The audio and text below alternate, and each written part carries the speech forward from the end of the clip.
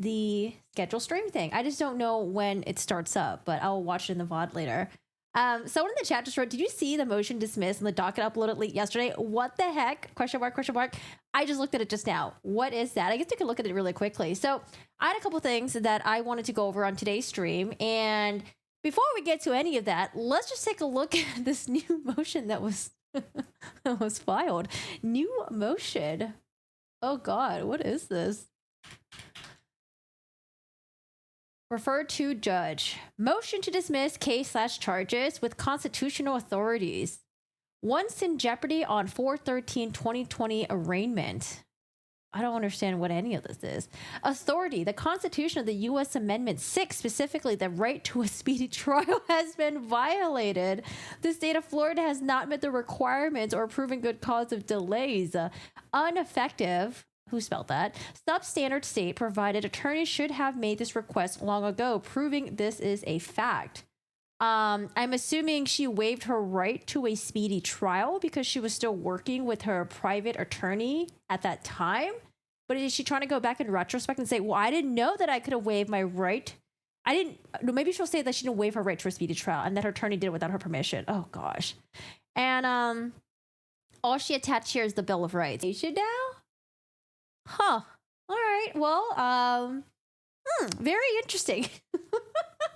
I was not planning on covering this. But I'll cover it again at the end in case anyone missed it. But for today's stream, if you guys haven't seen my last video, we covered Winston Hobson. Winston Hobson has not been paid yet, it seems, and he is requesting JAC to pay him a flat fee of $15,000. However, JAC is like, well, you weren't Sarah Boone's attorney from beginning to end, and because of that, you don't get the full $15,000 flat fee. You know, it doesn't matter how many hours you worked on it, I guess. But then, in order for him to attempt to even get paid what he's requesting, he needs to request a hearing from a judge. And in addition, he needs to include other attorneys that worked on Sarah Boone's case, other court-appointed attorneys. So there's Winston Hobson, which is attorney number 7, Mr. Frank Bankowitz, attorney number 6. There was a Mark Consalo, which was attorney number, I don't remember which one, but barely worked in Sarah Boone's case, I don't believe. And then there's Patricia Cashman. So JAC is saying that, like, well, that $15,000 flat fee, y'all need to figure out and divide it between the 4 of you guys. And everyone's like, no, we want our $15,000. We worked a lot on this case, and that's what we're going to get into today. So we're going to look at Frank Bankowitz. He filed a motion. We're going to look at Patricia Cashman, also filed a motion as well. And with Patricia Cashman, we get to see a breakdown of what she worked on in Sarah Boone's case and what direction we can see, you know, what they're pivoting to, at least when she was working on it, because we're like, well, what is Sarah Boone's defense going to be? And we all thought that, you know, maybe she's going to go over the battered spouse defense, because I think that was mentioned with Frank Bankowitz, and it seems like maybe Winston Hobson, Patricia Cashman, they're just going to continue with that defense. Anyways, so, but before we get to all the attorney drama stuff, I also wanted to look over these notes with you guys. Now, you guys remember the judge, he wants to have like a log of Sarah Boone, you know, getting her stuff. So like he wants a log of like when Sarah Boone gets her laptop, when she gets her Discovery, the thumb drives, Discovery boxes and stuff like that. And I guess every week someone goes in there and they upload the interactions that anyone has with Sarah Boone. But with the interactions, we're getting more details. It's not just, oh, Sarah Boone's getting USB drive, Sarah Boone's getting a thumb drive, Sarah Boone's getting a laptop. It's like, oh, we're also getting some behavior notes on here, which, you know, some of us are very nosy and it's kind of interesting to read. So I want to go over this with you guys. This came out a couple days ago and I was going to wait because I didn't want to just cover this on its own. I was going to wait till other stuff came out. So now that we have a bunch of things, this is actually pretty interesting. So we get to see the interactions with different officers, people who are trying to visit Sarah Boone, the dates and times and all that stuff. And we got all this here. And I'm pretty sure, you know, this wasn't really like the intention, but because all this is being uploaded for the judge to see, we on the internet, we get to see it as well. All right. Let me go back to, oh gosh, let's go over here. I'm not sure how to tag names. I don't know how to tag names when you're on mobile or iPad. I only know how to do it on computer. Like when I go on other people's YouTube streams, I have no idea how you can do it on mobile. So if you guys know how to do it on mobile, let me know. This is serious and you are laughing because I'm not always 100% serious. I see a hearing set for 9/3. Bakerfield is the hood. Don't get it twisted. Bakerfield is like It's just a quiet town. I don't know if I consider it the hood though. Like I drive by it when we go up to like San Francisco and stuff like that. It's just like a very quiet, chill town. I would say nothing like LA. LA is like a little bit crazy, chaotic, and like, very like city life. Boone might have a lawyer. I don't know. It seems like someone filed something on behalf of her. So maybe, possibly. Yeah, if you guys ever figure out how to tag people on like iPad or mobile, let me know. But I know if you're on the computer, it's at, and then I think it just like auto pops in and then you just use that. Hi, Rosie. How are you doing today? Lady, how's it going? Hello. Yeah, so what I do is I just do at, and I'll just type the person's first name, and then it doesn't really tag them or highlight them, but it's better than nothing, I guess. This is interesting. Hi, Paul. How's it going? Hello. Y'all are super lovely people. You too, Leah. So let's get into some of the Sarah Boone notes. Let me put my glasses on, actually, because we need glasses now. It helps a lot. Although I did not clean my glasses, so it's a little bit... It's kind of dirty. All right, so we got some logs here with Sarah Boone. Let's see. On 8/6, Sarah Boone got her thumb drive, Discovery hard drive, and I think the laptop as well that was assigned to her. Same thing happened on the day... Oh, no. Oh, this is when she turns in her laptop. So the laptop, thumb drive, Discovery hard drive returned. On 8/7, the next day, she got her laptop, USB, Discovery hard drives in her dorm. 8/7, inmate verbally refused breakfast. Same day, Boone returned the laptop, USB, and drive at 1600 hours. Inmate Sarah Boone was called out for an attorney visit. Ooh, in FDCB dorm. Inmate stated, "No, I don't have an attorney. I've had too many random people coming in to see my case. I took the paperwork from my attorney and delivered the paperwork to inmate Boone." So I wonder if it's just someone who might be interested in representing her, which this is what we want, right? We want her to have proper representation. I prefer to have someone to represent her rather than having her do it herself. All right, 8/8, the next day, inmate Boone was advised at approximately 21:59 hours that she had an attorney visit. Inmate Boone requested to know who the attorney was. Being that she has no attorney assigned to her, inmate Boone said that she did not feel comfortable visiting anyone that she does not know because crazy people have been reaching out and scheduling visits with her, claiming to be someone they are not. Oh, I remember hearing about this in one of her letters where she said that someone came to visit her, and she claimed that the person wasn't very transparent, that they were a journalist or something like that. Or I forgot who it was that came to visit her. And she was like really pissed that they're trying to come in and like get the tea or something. I don't know. I just remember seeing in one of the letters that she wrote. Hi, Baroque. Hello. Hi, Mandy. Yes, we covered it in the very beginning of the stream because someone in my chat mentioned it. I'll cover it again maybe towards the end of the stream in case you guys haven't seen it yet. But what someone mentioned was... It seems like someone may have filed it on behalf of Sarah Boone because there was another name and address on there. Hi, Meat Popsicle. How are you doing today? How's it going? Hello. Inmate Boone was notified that the attorney's name was James Wax... Ooh, I don't know how to pronounce that. Waxewski? However, due to inmate Boone's attorney's delay in a response on whether or not she wanted to meet with him, he dropped off her case files and departed. When inmate Boone was given her files and notice of the attorney's departure, she began to remember who he was and became upset. Inmate Boone mentioned that she has met with him previously and that he traveled from Tallahassee just to meet with her. It was explained to inmate Boone that we are not responsible for his departure. She was notified of his presence, and her delay in response resulted in his departure. Sergeant Moreno was made aware of this information. Same day, she got her laptop. All right, so it seems like she's like working on her laptop.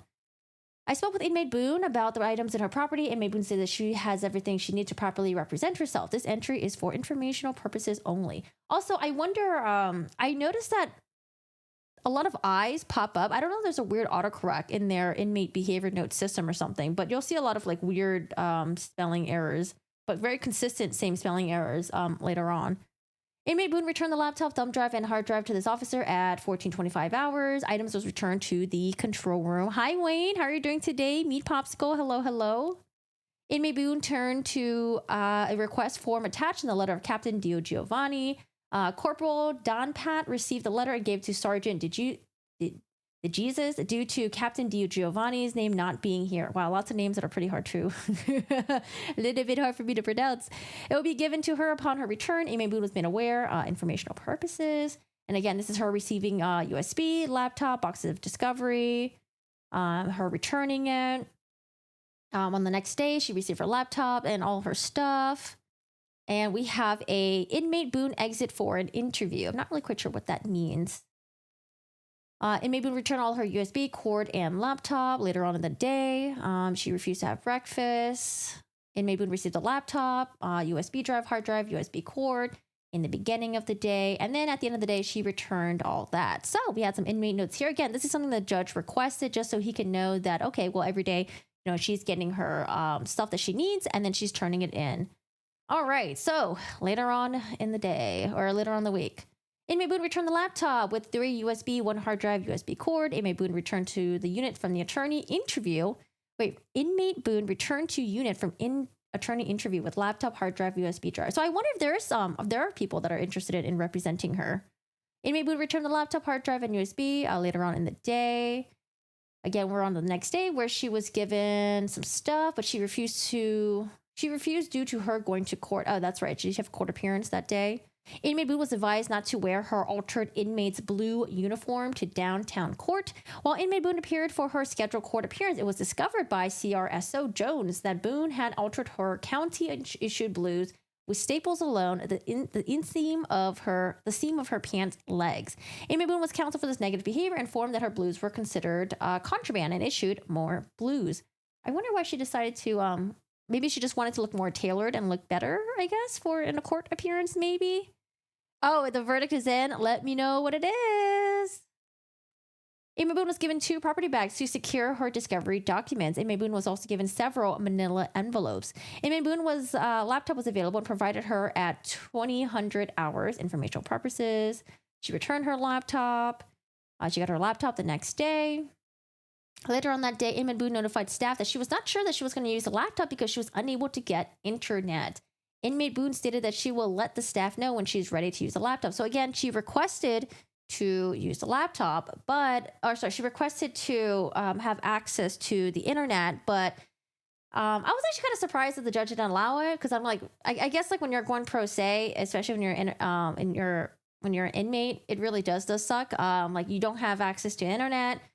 It's really hard for you to have longer calls with people. Like I don't know. It really sucks. It just seems like fuck. Like I don't know why I thought that they were going to give her more freedom, but it seems like this is just how things are done, which makes sense. When you're like an inmate, you're not going to have the freedom to do the things that you want to do.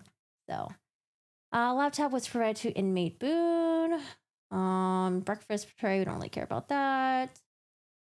Inmate Boone requested a small uniform shirt verbally from inmate requesting form. Inmate Boone complains about the small uniform shirts issued to her was an improper fit. It was too big. So this is her just trying to get clothes stuff. But what I'm really interested in is just like the people that it seems like, maybe she will get some representation. It seems like there are people that are trying to meet up with her. At least that's what I'm getting from some of these inmate notes here. Inmate Boone requested a smaller inmate uniform. This is just uniform stuff. We don't care about that. So this is her getting her laptop. Blah, blah, blah, blah. So I actually have not looked through this file yet. I looked through the other one. Just talking about her shower. Don't really care. Inmate Boone was in an interview with a professional visitor. The visitor informed staff that he had legal mail for Inmate Boone. Sergeant Dunn, Corporal Hall, and I searched Inmate Boone property. During the search, the following items were amongst her legal mail: paper clips, staples, clear Ziploc bags, a bunch of other stuff. Her getting her laptop and stuff, returning it. I guess she doesn't really like to eat breakfast. Okay. More laptop.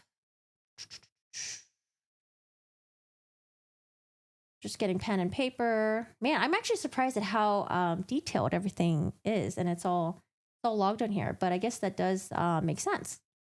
As a dorm officer, I am aware that Inmate Boone is to receive a laptop per set schedule. Oh, okay. So this is the issue that she complained about with the judge. Or was it with the judge, or was it an emotion that she wrote? She complained how she would receive the laptop and the battery would be dead.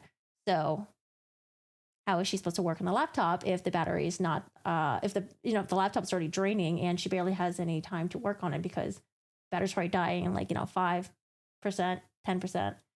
I'm also aware that she tends to use it frequently. However, I noticed today she didn't ask for it since my arrival to shift. I then asked if she would like to utilize her laptop privileges, which she said, yes, I have been wanting to use it, but you didn't ask me. I was told you guys are to ask me if I want to use it. I'm not to ask any questions.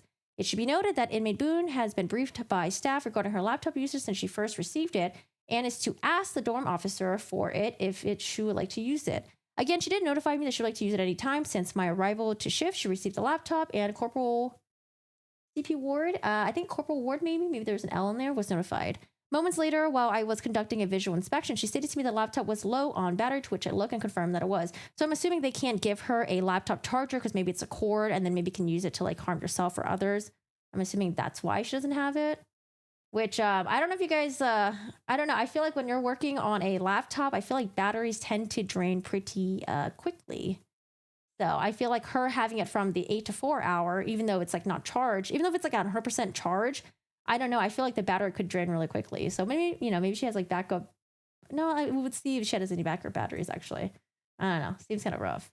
Inmate Boone then requested a statement form stating this is my third day in a row that's been given to me with a dead battery. Yeah, that's a huge issue. It's supposed to be charged. May I have the statement form that they give you guys to document when I don't have the laptop? I want to write about my laptop constantly being dead, which is fair enough. She was given the form, the laptop was placed on a charger. Inmate Boone is currently pro se, is allowed a laptop for scheduled hours of the day. Inmate Boone Sarah is currently pro se and is allowed a laptop for scheduled hours. Laptop had low battery and needed to be charged. Is this the next day? Same thing happened? Laptop had low battery, needed to be charged. An entry was made hours ago by this officer regarding the battery and Inmate Boone requesting the statement form. While collecting the form from Inmate Boone, I informed her the laptop is now charged. Oh, it's now charged. Okay. And should be ready for use in the morning. I also told her that I will make the day shift officer aware that the laptop is to be charged when she is finished using it so she can utilize it during the night shift. Inmate Boone then stated, Ms. Ford, I would take the form back. I didn't really want to turn it in. It's okay. I will keep it in the documents. Just please let the officer know that it has to be charged. I can't do anything without it. Okay, so I hope they get all that squared away with the laptop not being charged. But like I said, like I don't know if she's really doing much work. No, it's a lot of her discovery stuff is on the laptop. So I was like, can she just forget the laptop and just do all the hard copies that she has instead? But there's videos and files that she needs to view. So, well, that makes sense to me. All right, so I wanted to go over the attorney stuff. I don't think the hearing for the attorneys are going to be streamed because it doesn't really involve Sarah Boone. It's not like Sarah Boone's hearing. It's just the attorneys doing their thing in the background. But I'm sure we'll get to learn the end result of it to see, who's going to get paid and if they're going to get paid the $15,000 flat fee each, or if it's something where they have to take it and divide it amongst all of them, which would be kind of like, especially seeing how much time has been spent to work on her case. Let me catch up with the chat. Hello, Melissa. How are you doing today? Mandy, how's it going? Hello. Les, hello. Thanks for joining us. Appreciate you guys being here. She also has a new judge for... What? A new judge? How do you know she has a new judge? I feel like we're all sitting in a college dorm just gossiping about the day's events. Your show has a great friendly feel. Keep up the good work. Oh, thanks, Les. I appreciate that. Hey, Big Von. I think she was trying to take the staples to use in her papers. She has to have paper clips or rubber bands to hold the papers together. Oh, but I mean, I think she stapled her clothes, though. I think it'd be very hard to reuse those staples and use it on paper. Has Sarah Boone undergone a psychological evaluation at all? Based on all the court stuff that we've seen, it seems like she did have a previous attorney that took care of having hiring an expert to do that. Because I remember now she wants a neuropsychologist to be hired. And I think JAC was thinking about maybe declining that because she already had a mental health expert hired before. So I'm assuming maybe, possibly. No, I have not studied law before. That's a lot of, I don't know. I don't think my brain can handle that. She has access to a law library. She has all that she needs. Does she have access to the law library though? I actually wasn't sure. I was not sure. Let's see, quoting Freddie Mercury. Hi, David. How are you doing today? This goes out to all the beautiful people out here tonight. This means all of you guys. Really? New hearing? It's scheduled in the courtroom now? Physical evidence 9-3. Wait, what? What? Really? I remember they were going to... I could have sworn Sarah Boone did not want the physical evidence viewing to happen. So her and the state were going to work together to do it off camera. Maybe it's just on the maybe it's just on the schedule for now, and then once they do get together and review the physical evidence without having the media, the judge there, they'll take it off. Interesting. William Confucius is a new lawyer. For what reason? I mean, I think it'll be good for her to have an attorney. So if there's anyone out there who's willing to represent her, go for it. Go for it.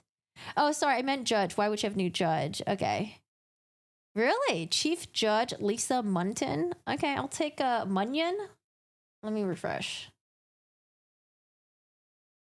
Did it literally just happen or something? Oh, okay. Yeah, you're right. I'm a little confused.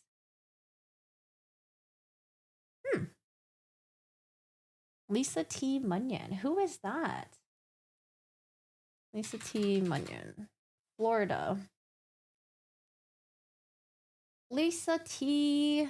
Munyon, also in Florida. Orange County Courthouse. I don't know. I'm confused what's going on here. I guess let's wait for Law and Crime or Court TV to get us some info. I'm not quite sure what's going on here. So we still have the trial scheduled with Judge Kranig. That's a judge that we all like. We have the trial management conference, which was scheduled for September 26th. Same thing with Judge Kranig. But 2 days before that, we have a hearing with Lisa T. Munyon. I'm not really sure what that is. And then the hearing with 9-3. I mean, I think the 9-3 hearing was set for now, but then they were going to cancel it. Wait, hold on a second. Canceled trial management. Okay, yeah, I don't know what's going on here. I don't know. I have no idea. Hi, Reese. How's it going? Billy Lane's going to help her with phone calls. Yeah, I think I hope Billy Lane will be able to assist her with that because I know the judge, when he was like, hey, we're going to deny a lot of the stuff that you're asking for. He was just like, perhaps you can get your PI, like trying to give her an idea of like, okay, well, how else you can like, go about to work on your case, get the PI to reach out to the people, do the phone calls and stuff like that. So hopefully Billy Lane will, I mean, I feel bad for Billy Lane because, he might be treated as like her assistant. Hopefully she treats him nicely. Just got here. Did you hear they have a verdict for Robert Tells? A lot of people are telling me that they think he's guilty, but let me know what the verdict is. I'm glad she doesn't have a lawyer, but I fear it would give her grounds for an appeal. It could be for the motions the lawyer's trying to get paid, or is it her family law case regarding alimony? I think the family law stuff is in a separate case number. So this is solely just for the criminal felony. The family stuff is like separate. It's not even available for the public. But yeah, I don't know. I will do some research on this to see what's up. I'm sure people are going to be speculating like, oh, what's going on with the Sarah Boone case right now? All right. So before, yeah, I don't know. Well, I'll have to get back to you guys. I'm not quite sure. But before we get there, okay, so this is the motion that was filed that just happened. This is the new judge. Okay, so like I mentioned before, Mr. Hobson, attorney number 7, was trying to get his flat fee of $15,000. And I'm sure the other attorneys are also joining in because they are trying to do the same thing as well. I want to go over Patricia Cashman's motion for her attorney fees because she goes over what she worked on for the Sarah Boone case, how many hours she spent with Sarah Boone. And, we kind of get a glimpse of the direction that Sarah Boone's defense is going. But who knows? Now that she's her own attorney, she might just take a 180 and do something different. We'll see. So Patricia Cashman, just an overview. Mr. Frank Bankowitz was attorney. Actually, you know what? I should read Mr. Bankowitz's motion first because he was attorney number 6. So Mr. Bankowitz, poor guy, he was with Sarah Boone for, I think, over like a year and a half. Now, I say poor guy because a few months in, he was trying to withdraw. The judge didn't allow him. That was the judge at this time, Mr. Wayne Wooden, did not allow Frank Bankowitz to withdraw. And Frank Bankowitz had to work with Sarah Boone for about another 9 months before he finally tried to withdraw again. And that was granted. And of course, when you're looking at the letters, I'm sure the judge looked at it and was like, oh, okay, so you have your client calling you a buffoon, an idiot. It seems like things are very hostile between the two of you guys. So maybe it is a good idea to have you withdraw and we'll get someone else to work on Sarah Boone's case. So this is Mr. Frank Bankowitz. Let's read his motion before we get to Patricia Cashman. Mr. Bankowitz. Motion for attorney fees. So Mr. Bankowitz was a court-appointed attorney for this case. Number 1, the Anderson attorney was a court-appointed to represent the above defendant, Sarah Boone, on or about July 11, 2022, wherein the defendant has been charged with second-degree murder. Undersigned counsel was attorney number 7 to this case. That the undersigned... Was he number 7? I thought it was number 6. 6, 7, 8. I think he was number 6. Yeah, he's number 6. I think that's wrong. The undersigned attorney worked on this case for over a year, has spent approximately 175 hours, including 45 hours with the defendant. That on or about June 28, 2024, this court entered its order finding that the defendant had forfeited her right to counsel after having 8 different attorneys appointed to her case. Then each attorney ultimately withdrew from the case. Part of this order read that the defendant was not entitled to endless lines of court-appointed attorneys until she found one that she preferred. Number 5, counsel was seeking a contract fee of $15,000. So like I said, everyone wants their $15,000 flat fee. They don't want to divide that $15,000 amongst 4 attorneys. They're like, we worked on this. We want $15,000. So that's Mr. Frank Bankowitz. Here's Patricia Cashman.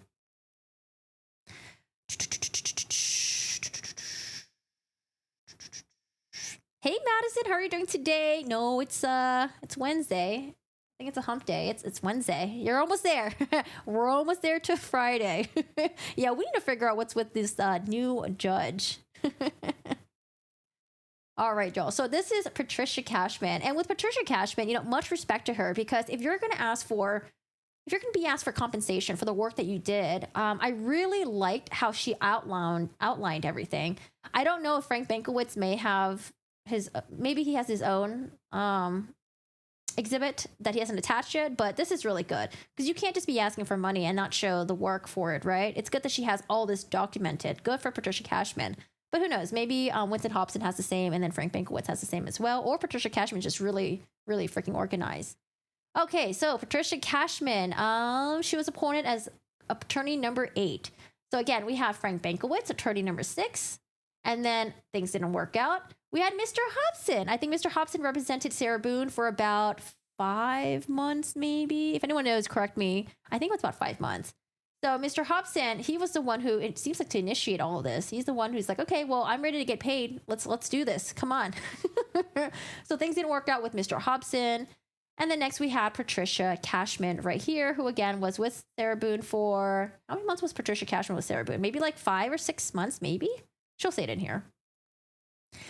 The undersigned Patricia Cashman was appointed counsel for the defendant on February 9, 2012. She was the 8th appointed attorney and the 4th private court-appointed attorney. The undersigned is now billing on this cause because the case has reached a billable point. JAC's response to billing was to object to the flat fee of $15,000 for attorney's fees and the $1,800 for reimbursable costs expended by this attorney, and a hearing is requested. I looked at the JAC letter. It seems like they objected to the $15,000 flat fee, but they were okay with reimbursing her the $1,800. A copy of this objection letter is attached. So here's the objection letter. Let's zoom. Oh gosh, can you guys read this font? Ms. Cashman, JAC has received and reviewed the motion for attorney's fees as the above reference matter. JAC will not be filing a formal response and takes no position as to your motion, except JAC objects insofar as the estimated attorney's fees exceed the statutory presumption of non-indigence.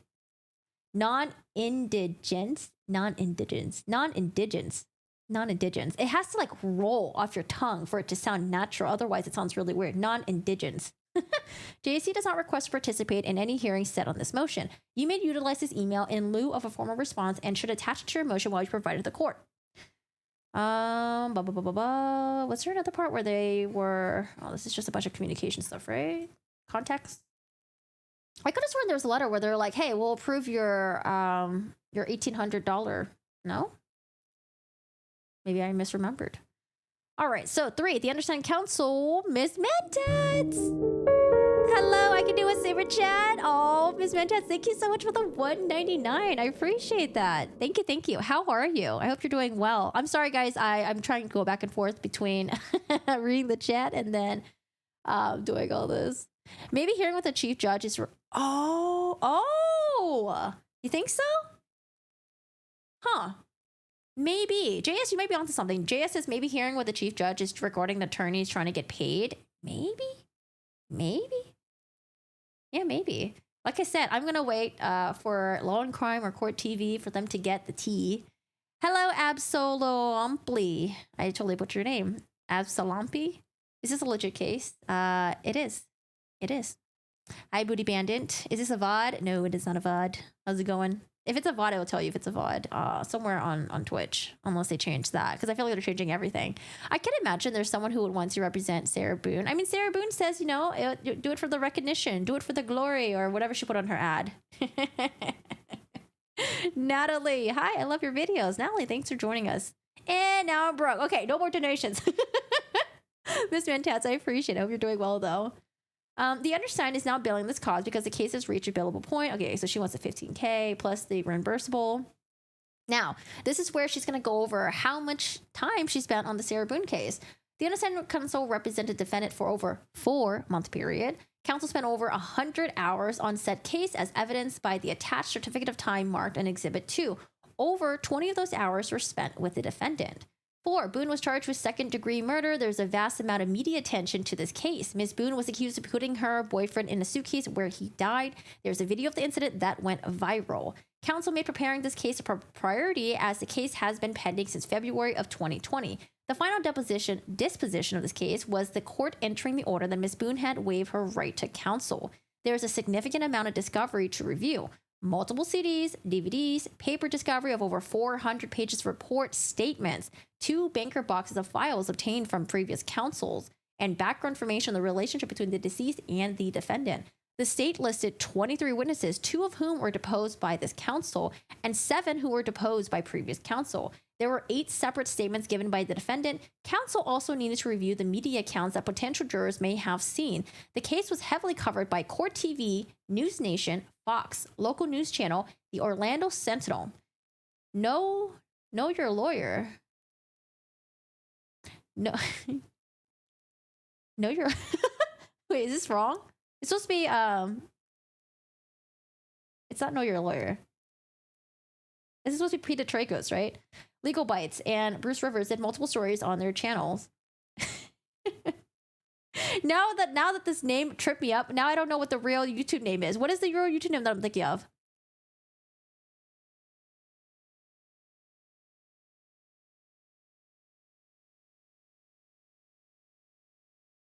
Is this a real Lori? Okay, Lori, you know. I was like, wait, what's the real YouTube channel? Know your lawyer. That's funny. No, you're a lawyer. Lori, you know. Okay, I think they she probably just got it. She probably wrote it wrong. Oh, maybe this is a real YouTube channel. I don't know.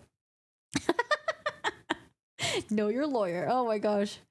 Many of the previously held court proceedings were televised, and the letters written to the defendant were published and analyzed.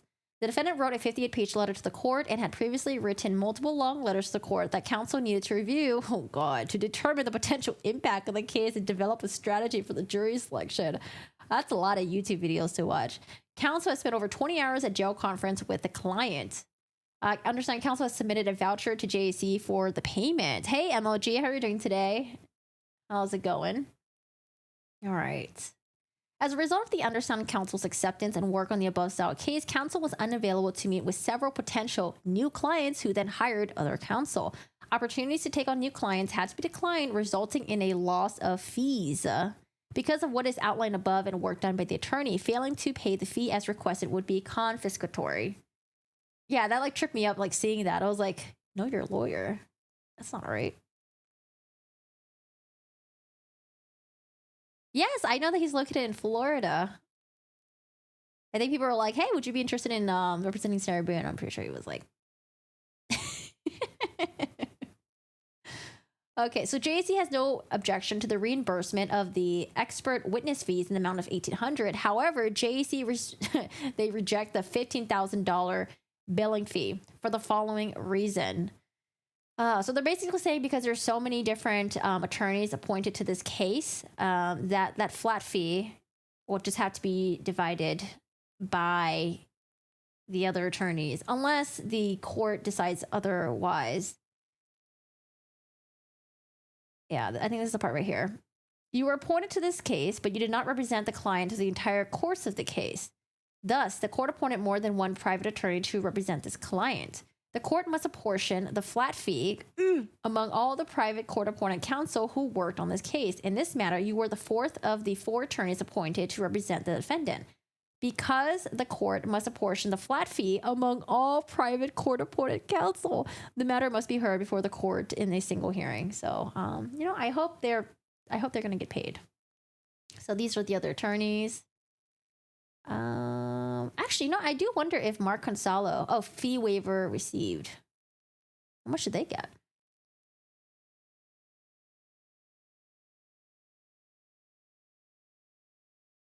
Okay, so now we get to see what Patricia Cashman, the work that she did for Sarah Boone. Divided? No way. That just seems so unfair. Now, if it was because the attorneys are assholes and they chose to withdraw, sure, I don't know. But it seems like, it seems to be Sarah Boone, not the attorneys. Okay, so on February 9th, we had a status hearing, conference with client, conference with ASA, email correspondence with previous attorneys, email correspondence with previous investigator, email with ASA, discovery, draft and signed letter to jail, email correspondence with jail. Same day, begin to review the progress docket on the clerk website, review client info on jail website, review suitcase video from the internet, 15 minutes, draft and sign the letter to state for discovery. On the next day, continue to review progress docket on clerk website, begin reviewing discovery. Next day, continue reviewing discovery. Next day, continue reviewing discovery, email correspondence with previous attorney, correspondence with previous investigator, phone conference with previous attorney, review Brady notice from the state, review witness list. February 13, continue reviewing discovery, review state response to demand, email correspondence with ASA, review email from unknown person about the case. On the 14th, email correspondence with ASA about discovery, email correspondence with previous attorneys, text correspondence with previous attorney. The 16th, jail conference with client, 4.7 hours. Review supplemental discovery notice, review court order, hearing status. On the 19th, review deposition notices to determine which witnesses have been deposed. Email correspondence with previous investigator, review previous investigator's report, 18 pages. On the 20th, conference with previous counsel. The 21st, draft letter to client, prepare enclosures, review score sheet, review supplemental discovery notice. The 22nd, phone conference with the expert, email conference with expert. 23rd, review material received from previous investigator. On the 24th, she reviewed the deposition of Moses Torres, which is one of George's brother. B. Boone, I think is Sarah Boone's ex-husband. J. Martinez, not quite sure. Marisol Torres, Marisol. I don't know if George had a sister, maybe mother? K. Rodriguez, there's a B. Torres, and S. Robinson. On the 25th, review media on the internet. Jurors will have been exposed. So Legal Bites, WESH, I think is it a news station maybe? Possibly. Yes, the lawyers were all mean to Sarah. It can't be Sarah's fault. Court TV, Parkland judge weighing in, 12 minutes. Review digital file from the investigator. On the 26th, she reviewed boxes from previous counsel. 27th, email correspondence with the jail, conference with the client. March 5th, draft letter to expert, prepare attachment. March 6th, prepare for client conference by reviewing previous correspondence of client. Review case law to respond to client questions. On the 7th, jail conference with the client for 2.5 hours. On March 11th, draft and sign letter to client, prepare enclosures. The 14th, draft and sign letter for the expert, email correspondence with the jail. On the 15th, email correspondence with the jail, edit letter per jail request. On the 16th, review the depositions of De Leon, Johnson, Carwise, Zeidowicz, and Roughgarden. Maybe experts? Not too sure. For 2.6 hours. On the 17th, review the deposition of Motes, Battaglia, Juan Torres. On the 18th, review file to determine additional depots to be set. Draft, sign letter to client, prepare enclosures. On the 20th, review jail conference with the client for 2 hours. Review and sign letters to law enforcement officers. On the 23rd, compare and contrast statements and depositions for about 5 hours. March 24th, draft and sign letter to client after reviewing correspondence from the client, prepare enclosures. On the 29th, phone conference with the client for about 0.3 hours. Legal research on issue client had questions about. For 1, email correspondence with the jail. For 4, review correspondence and documents from client to prepare for jail visits. Jail conference with client. Phone conference with previous counsel. Email correspondence with previous investigator. On the 5th, listen to the 911 call. 9 minutes long. Was it 9 minutes long? I don't remember it being 9 minutes long. B. Boone is the Brian Boone, the smart man, the GTFO of the relationship.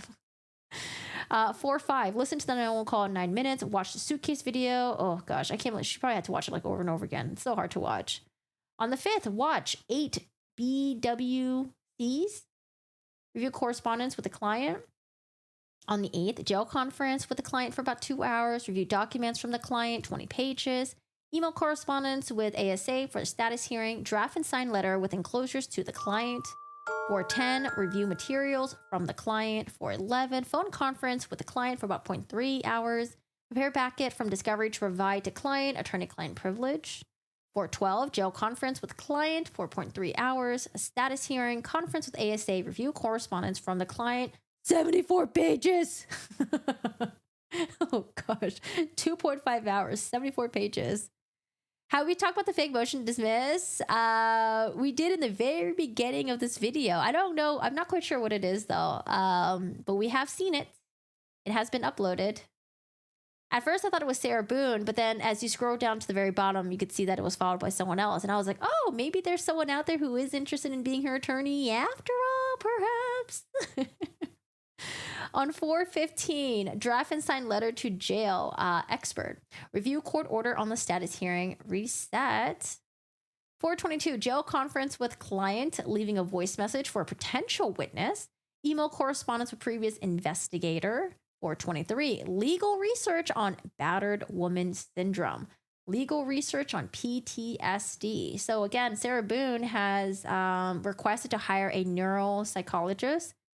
She said that she experienced trauma at, I don't know, maybe like at a young age or something that has affected the way that she reacted in the situation somehow during the night, I guess, when George was in the suitcase. I don't know how she's going to use a defense. I feel like any jury that listens to that is just going to call bullshit on it, but who knows? Maybe her expert will go up there and maybe convince us otherwise. I'm taking some water.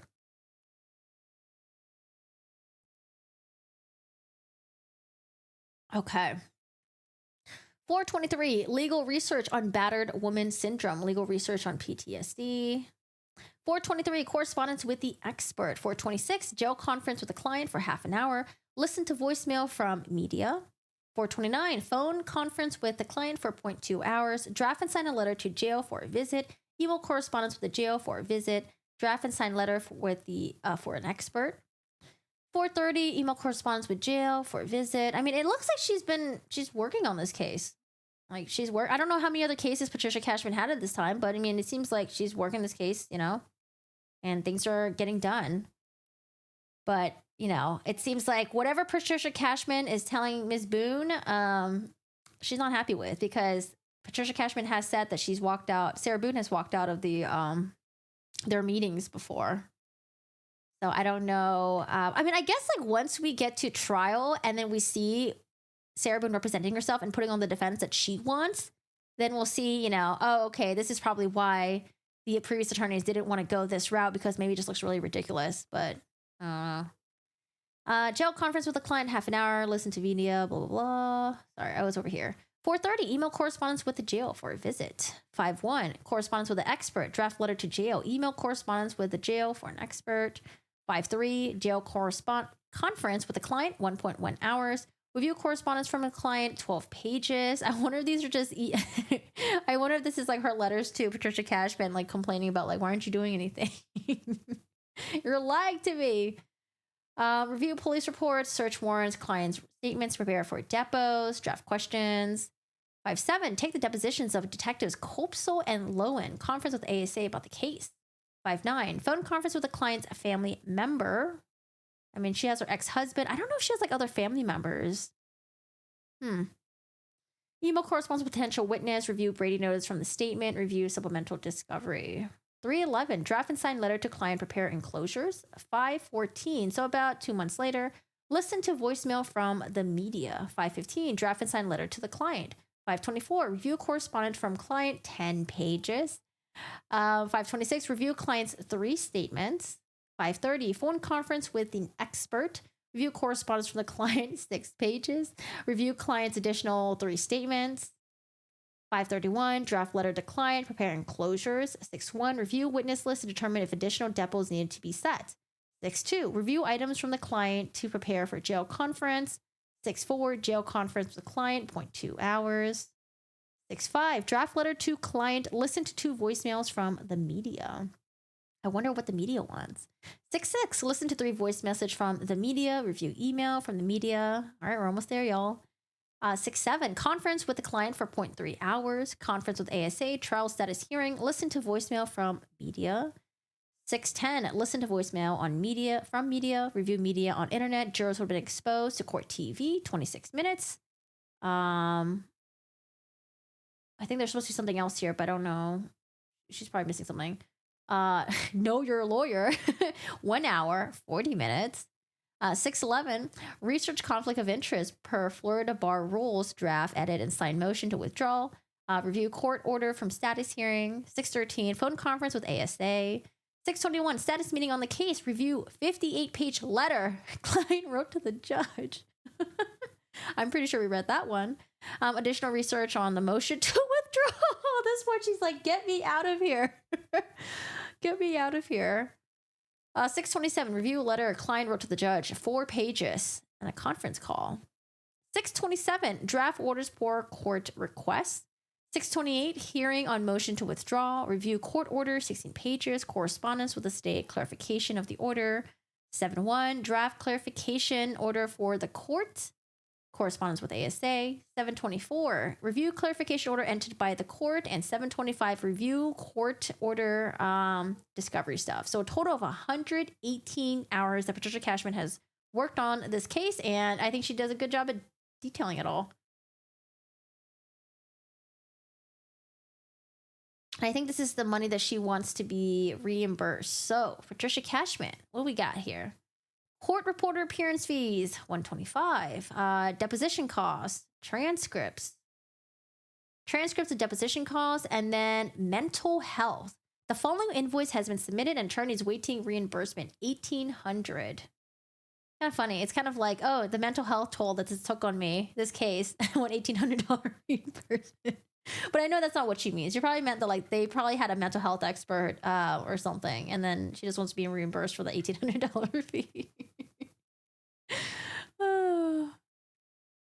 Okay, so that's the attorney stuff. We'll wait to see, what happens with that. Like I said, I don't think there's going to be an open hearing about that because, it's kind of one of those, like, none of our business thing, and it's not like a Sarah Boone related. Well, it's Sarah Boone related because, they all represented her, but I don't think it's a hearing where they're going to have it open to the public. I don't know. I mean, to me, it'd be interesting. But going back to what someone said earlier, there is a hearing on 9/24 with Judge Lisa T. Munyon. And someone said that it might just be for the attorneys trying to get their fees. And I was like, oh, that could make sense. Because, we still have Judge Kranick on here. And, the trial conference is still here. So I'm assuming Judge Kranick is still the judge. Same thing with over here, too. Judge Kranick is still the judge. So it's possible maybe, Judge Munyon could just be for the fees. I don't know. I think that's a really good guess. I wonder what does the record for the most attorneys gone through defining a single unruly client. I mean, Sarah Boone's going to pop up in a lot of our heads because that's the most publicized one and the craziest one. Hi, Yoshi. How are you doing today? Hi, Go Lucky. You feel bad for her? I wanted to show you guys.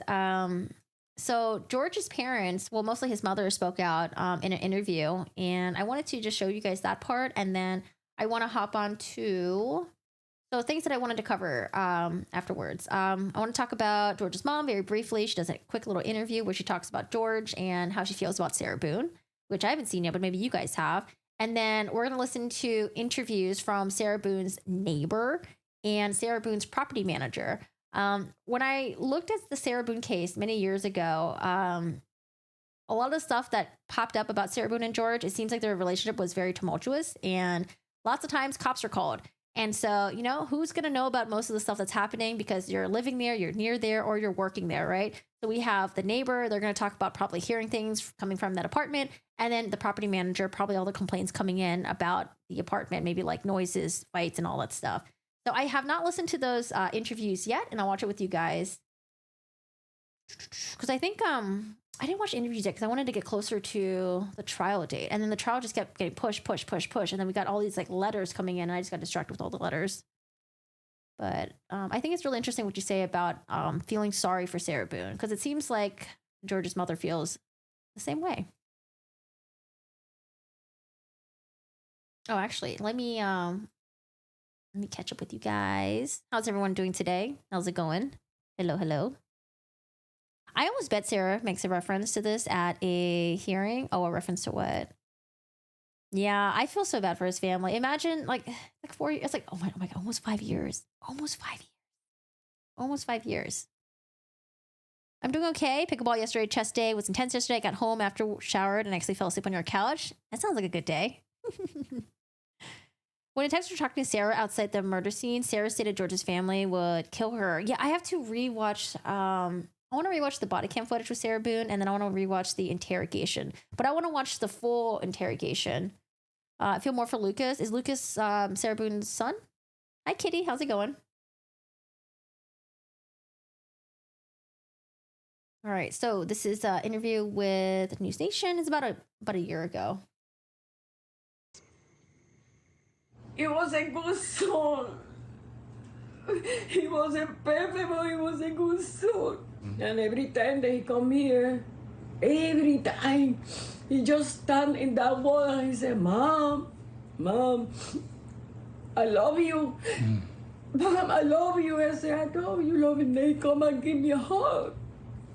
And then he look at his father and he said, Pop, you're my hero. You're my hero. He was a father. He was my son. He was an uncle. He was a cousin. And he was a friend. And he was a nephew. She don't kill only my son. I feel sad for her. I don't feel sorry. I feel sad. And I don't hate her. Really, I don't. I don't have that in my heart. I never hate nobody.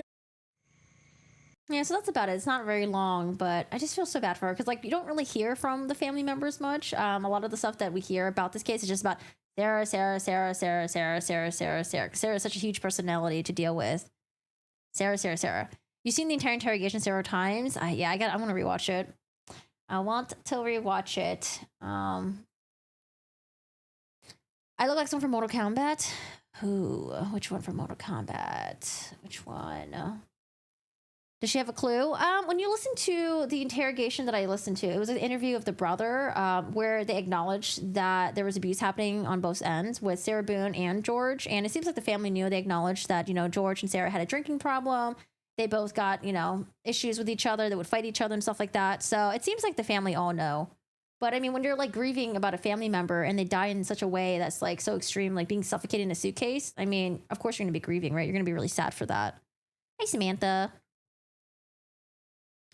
So, should we listen to the interrogation? It says interrogation, but I think it's more like interview. We have the neighbor, and shout out to Deep Dive True Crime, who uploaded both these videos. I also found on a different channel as well, but this channel I remember because they uploaded the Wendy Adelson interrogation. One of the worst interrogations ever. Wendy fucking Adelson. Oh gosh. As I was reviewing the Adelson stuff, the more I'm convinced that Harvey for sure had to have known. Of course, his involvement in it wasn't as extreme as Donna and Charlie, of course, and then like Wendy, like come on. But I don't know. I mean Harvey, I don't really care if they get Harvey or not because he's like really old. But Wendy, I wonder if when Donna Adelson, when she gets convicted, I wonder if they're gonna really take a huge look at Wendy next, or if they're purposely going after Wendy next. Crazy. All right, y'all. Oh, what happened to the Tells one? Do we have a verdict for that one yet? Hi, Sarah. You're 15 minutes behind. No, you're okay. Poor Lori, got his name mentioned and they got it wrong. He's planning on going to court for the part of the trial when we finally get there. Yeah, I think he mentioned that he was going to go for like at least like a day. That'd be cool. That would be cool. Have I seen the 6/18/19 body cam of Sarah yet? No, I have not. Did you guys post it in the Discord? I have not, because I think you guys were saying that there's another body cam of when they responded to, was it like some sort of like domestic violence between George and Sarah? Yeah, it was around 11:30 or midnight. The neighbor heard it. Yeah, I haven't seen the body cam yet, but if you guys have the footage, just put in my Discord. Oh, by the way, feel free to join the Discord. Someone mentioned earlier they follow me on all the socials. I appreciate it. Thanks. But feel free to join the Discord. I think it's a good way to get the notifications. And then we do have a true crime section. So if there's anything that I missed, or if you guys want to talk about, you can post it in the true crime section. Or if there's any videos you can't link in my stream, you can put it in the Discord. Harvey knew. Yeah, I was like, he for sure knew. Harvey definitely knew. Of course, I'm not gonna go after him though, but they probably don't have much on Harvey. But they did seize his phone. I think they seized 2 of his phones and his iPad. So maybe he'll have something. But this is more than 10 years later. Yes. That I haven't covered yet. I was gonna do a like a background with Sarah Boone, George, their history, and all the stuff between the two of them. It's it's a lot. They both get arrested. I haven't seen it, but I've read the police reports about it. Thanks, David. All right, y'all. So let's watch this. Interrogation of Sarah Boone and George Torres' neighbor. Again, this was uploaded by Deep Dive True Crime. If you guys want to watch the original video, feel free to check it out. They also upload other interviews, interrogations as well for other cases that I've seen. So let's watch it. Today's date is February 27, 2020. The time now is approximately 17:48 hours. This is in reference to Orange County case number 20-017904. I'm currently located at 4748 France Lane, apartment. France Court? You sure? That's what I always park up. Yeah, because you can see it on the sign over there on the 4749. France okay, Court. France Court. Yeah, it's weird. For some reason, all of the signs are on the opposites, are on the wrong side on the of the wrong, building. yeah, the further that's side. That's apartment 8 there, and the sign's right there on that one. Gotcha. Okay. France Court. Apartment, the Tealwood Parks apartment. And I'm speaking with, can you state your name? It's Brandon Knights. And your date of Brandon. Okay. And you reside at this apartment, is that correct? Yes, ma'am. Okay. And you said that you've been living here since January of 2019? Yes, ma'am. Okay. On Sunday, which would have been... The 24th? Let's just double check. Sunday was the 23rd. 23rd.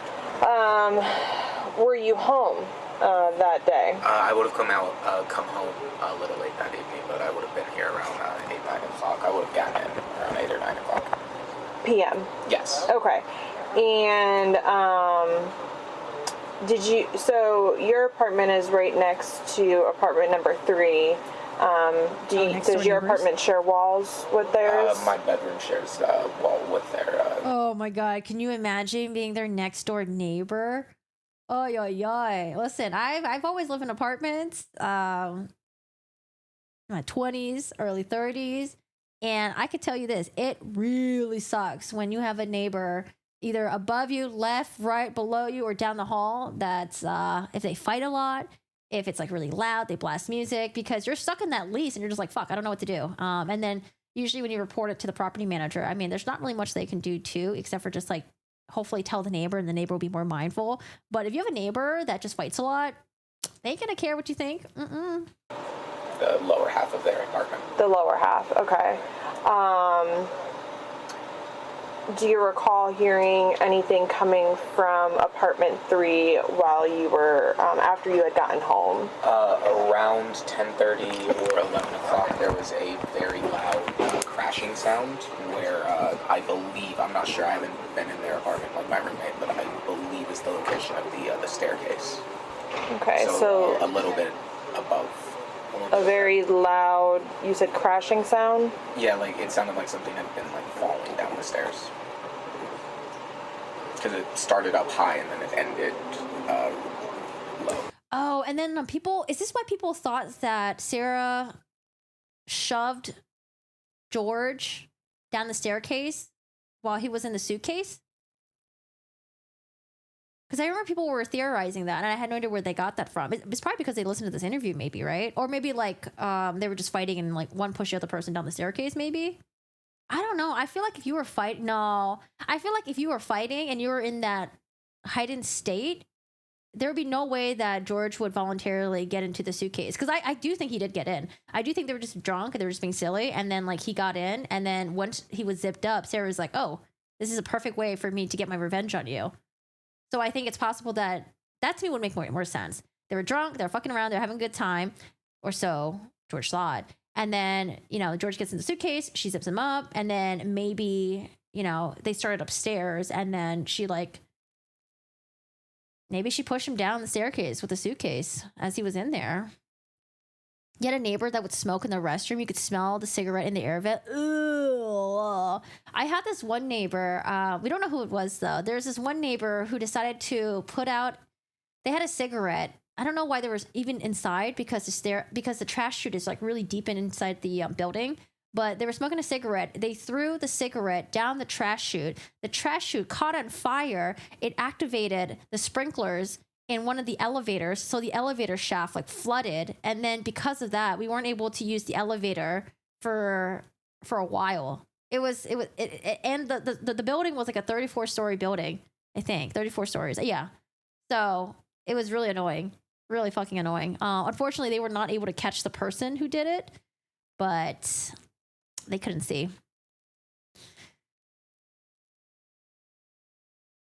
The baseball bat came into play somewhere. Baseball bat. I didn't hear anything about a baseball bat. What's up with the baseball bat?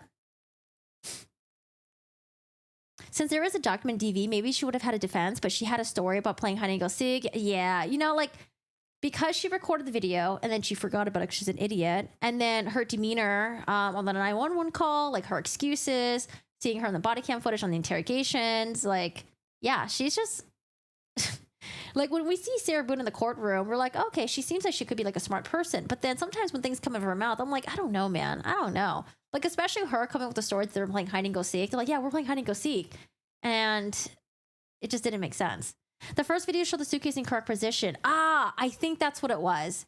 The first video showed the suitcase in the correct position. The second video shows it upside down. Okay, I think that's where people were bringing that up too. The neighbor said he heard a loud bang and then it was like quiet.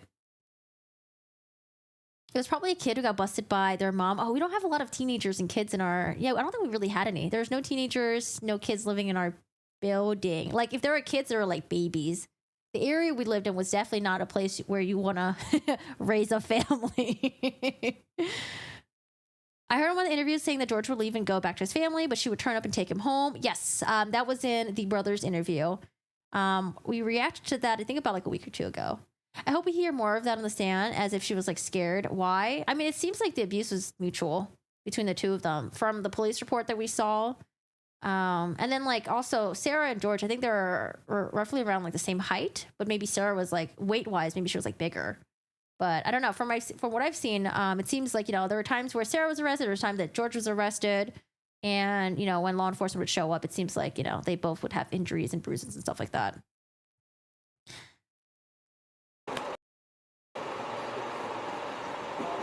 Okay. And when you heard the loud crashing sound, did you hear any voices? Like, could you make out if you heard a male or female's voice? I couldn't hear anything, no. Okay. Is that... Right, because if there's a loud crashing sound, let's say if one of them fell down the stairs, you would hear a scream, right? But you probably wouldn't hear a scream if one person intentionally pushed the other while they're in a suitcase down the staircase. Because maybe if George screamed, maybe it was like really muffled, or maybe he couldn't scream because he was so... I would just be, what's the word that I'm looking for? Discombobulated? Is that the word I'm looking for? Like, I would just be like, what the fuck just happened to me? Because one, you're in a very small enclosed area, and then you don't know what's happening, but then all of a sudden you got, boom, you got shoved down the staircase. You probably was just like, the air was probably taking, the air was probably taken out of you. Normal for you to hear noises coming from their apartment? Not loud. But not that loud? Not that loud. Okay. But, oh, true. She couldn't be too much bigger. That's right. You're right. Because during that time, she did look pretty, yeah. She looked like she was in, she doesn't look like how she looks now. She was definitely a lot thinner. You're right. I forgot about that. Oh, I love the Boondocks. Okay. Is that normal for you to hear noises coming from their apartment? Not loud.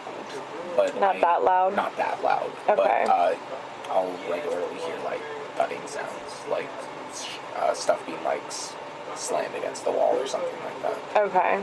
Have you ever heard voices? Have you ever been determined?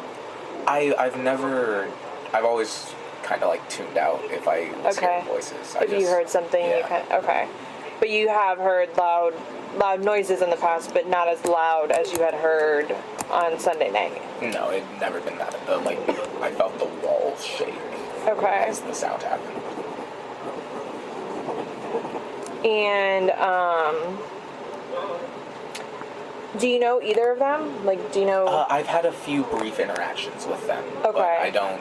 Like, do you know who lives there? Like, yes. Can you describe who lives there for me? It is a sort of, I guess, like middle-aged. I don't know, like around 40s, blonde woman. Okay. And a Hispanic gentleman. I believe so.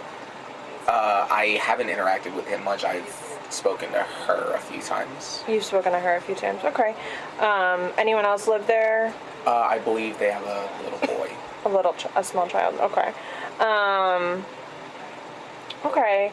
When you have seen them around, how do they appear to you?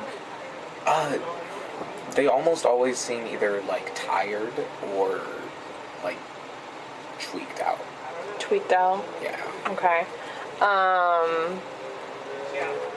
The conversations you had, the interactions you've had with the female, like, what do you mean interactions? I remember one night she slept on the back porch of my apartment for some reason. Okay. I don't remember much, but I just remember, like, looking out the shade and seeing her, like, laid down. Oh my god, could you imagine looking in your back porch and you see a Sarah Boone sleeping there? I'd be like... Okay.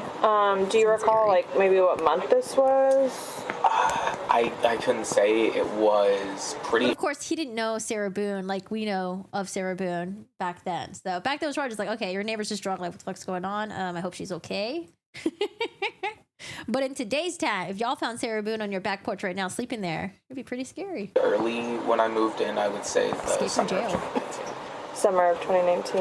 Okay. Did you wake her, or? No, I just... Okay. And by sleeping, you guys all have, like, a cement area, right? Yes. Like a back patio? Yes. But it's not enclosed? No. Was she in a chair, on the ground? Like, or? on the ground. On the ground. Okay.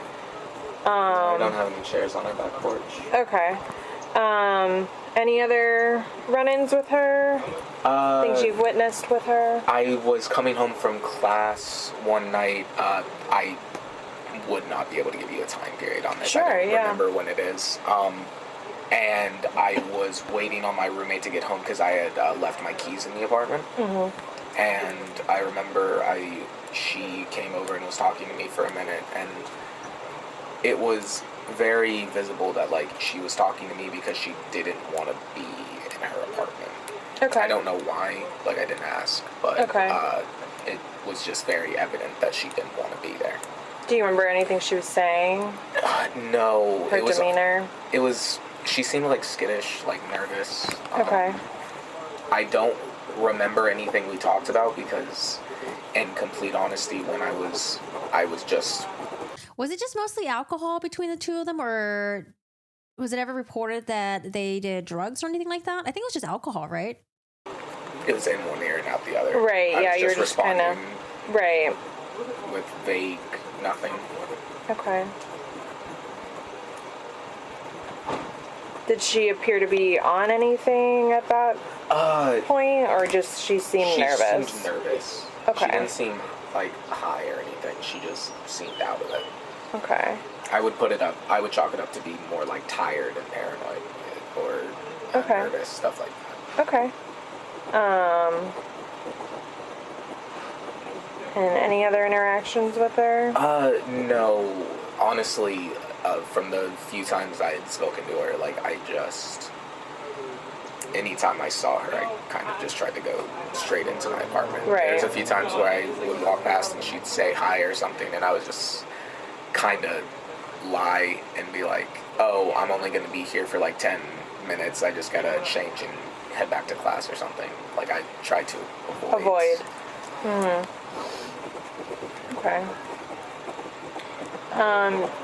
Did you ever witness either of them on their back porch patio? No, I don't walk that direction. Okay. I don't have any reason to go like that. Right. You guys don't have any, like, dogs or anything that you have to walk? I don't have any pets. There you go. Okay. Any interactions with the Hispanic male? No. I'm kind of confused why we are why are we stuck on the ex-husband?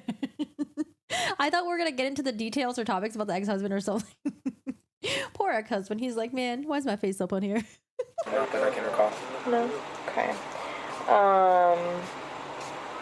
Okay. Is there anything else that you think is important for me to know about Nothing. them and anything you've heard or witnessed between the two of them?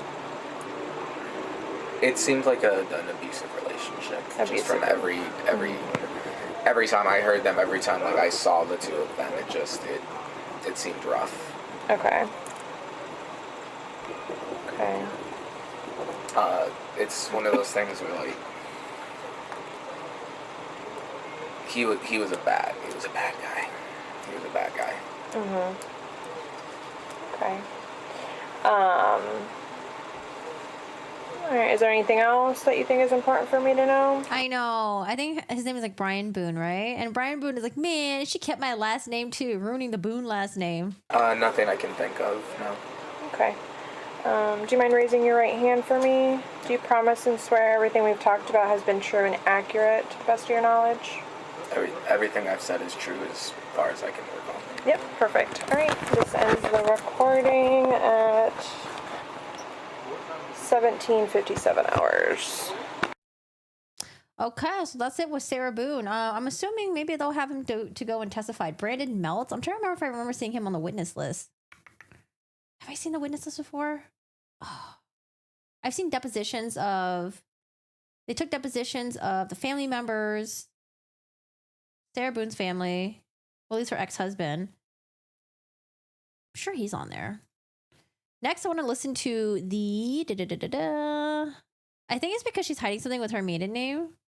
What do you think she's hiding? I think what happens is like when people marry, take someone else's last name, and then they divorce, it's too much of a headache to do all the paperwork to change your name back. I feel like a lot of times people just keep the last name. They're like, ah, fuck it, whatever. Too much of a headache. What was her maiden name? I can find it for you. There's this YouTube video that popped up my feed that covered Sarah Boone being on the game show that I reacted to. And then she was able to find she was able to find another video where it had Sarah's maiden name. I forgot what it was. You don't trust Brian? Yeah, I mean, I don't think we should be trusting anyone, you know? Always be skeptical. Always be skeptical unless someone proves otherwise. Oh, was it Paulson? Sarah Paulson? Was it? Maybe. Because I remember her last name sounded very like, she sounded like a harmless person, like just like a whatever person, you know? Sarah Paulson. Sounds like a sweet name.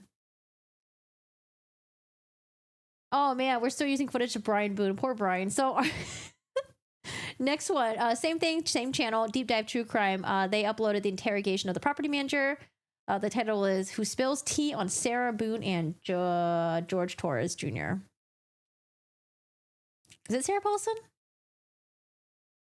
Sounds like a harmless name, right? All right, let's see what they have to say. I haven't listened to this yet.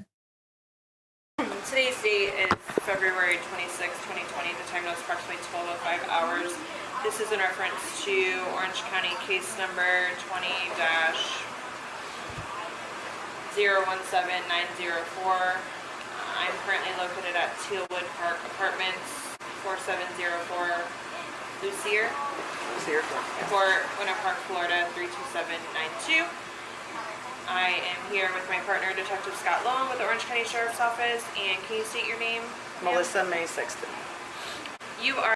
Wait, really, Margaret? Part of signing your divorce decree is choosing your name going forward very easy? Then you would have to change your... I don't know, but I mean, is it easy, though? Because then you would have to update your passport, your driver's license. And then like, I don't know, man. I don't know if it's like maybe easy to change it, but then to get all your documents and stuff in order, that seems like a pain in the butt. Sarah Paulson is an actress. Oh no. Are we gonna tarnish another Sarah out there? Okay. You are the property manager of this complex, correct? Yes, the May 6th. You are the property manager of this complex, correct? Yes. Okay. And we had Kim in here asking about the tenants, Sarah Boone and George Torres. And they have lived here, you gave us a date of February 9th, 2018? Correct. Okay. You had told us that Sarah would confide in you about her and George's relationship. Can you tell us further what she would tell you? Yes. Sarah, shortly after she moved in with George, she came to the office to talk to me. We noticed bruises and stuff on her, and she asked me if she could talk to me privately and asked how she would be able to get George off of the lease. Is there any way to do that? Which prompted, deeper conversation. She proceeded to let me know and was showing me a lot of bruises and marks. There were handprints, scratches. She even at one point had to go to the hospital. Through multiple conversations that we had, it steadily progressed. She had a very large gash at one point in her shin. She had to go to the hospital and get that taken care of. I'm not exactly sure what it was from, but I think it had to do when they got into a fight outside and something got broke. I think it was one of their wine glasses or something. But, she came to me at one point asking, I wonder if they have security footages at this property. I think most of the time they had a child want to keep the same last name. That makes sense. Actually, I wanted to keep my name when I married 20 years ago and give that to my kids. But interestingly enough, it made it more difficult, really, to do that. I'm not happy with my kid's dad, so that sucks. Wah. I did a deep dive and was able to find Sarah was one of the people. Oh, you found her on the People Finder website. That's how I found the brother who is in jail. Her brother in jail? What do I do? Like, how can I get rid of him? I've never dealt with this type of situation. I just counsel her as she continued to come to me and explain to her that, she had to make a decision if she was going to stay with him or not be with him.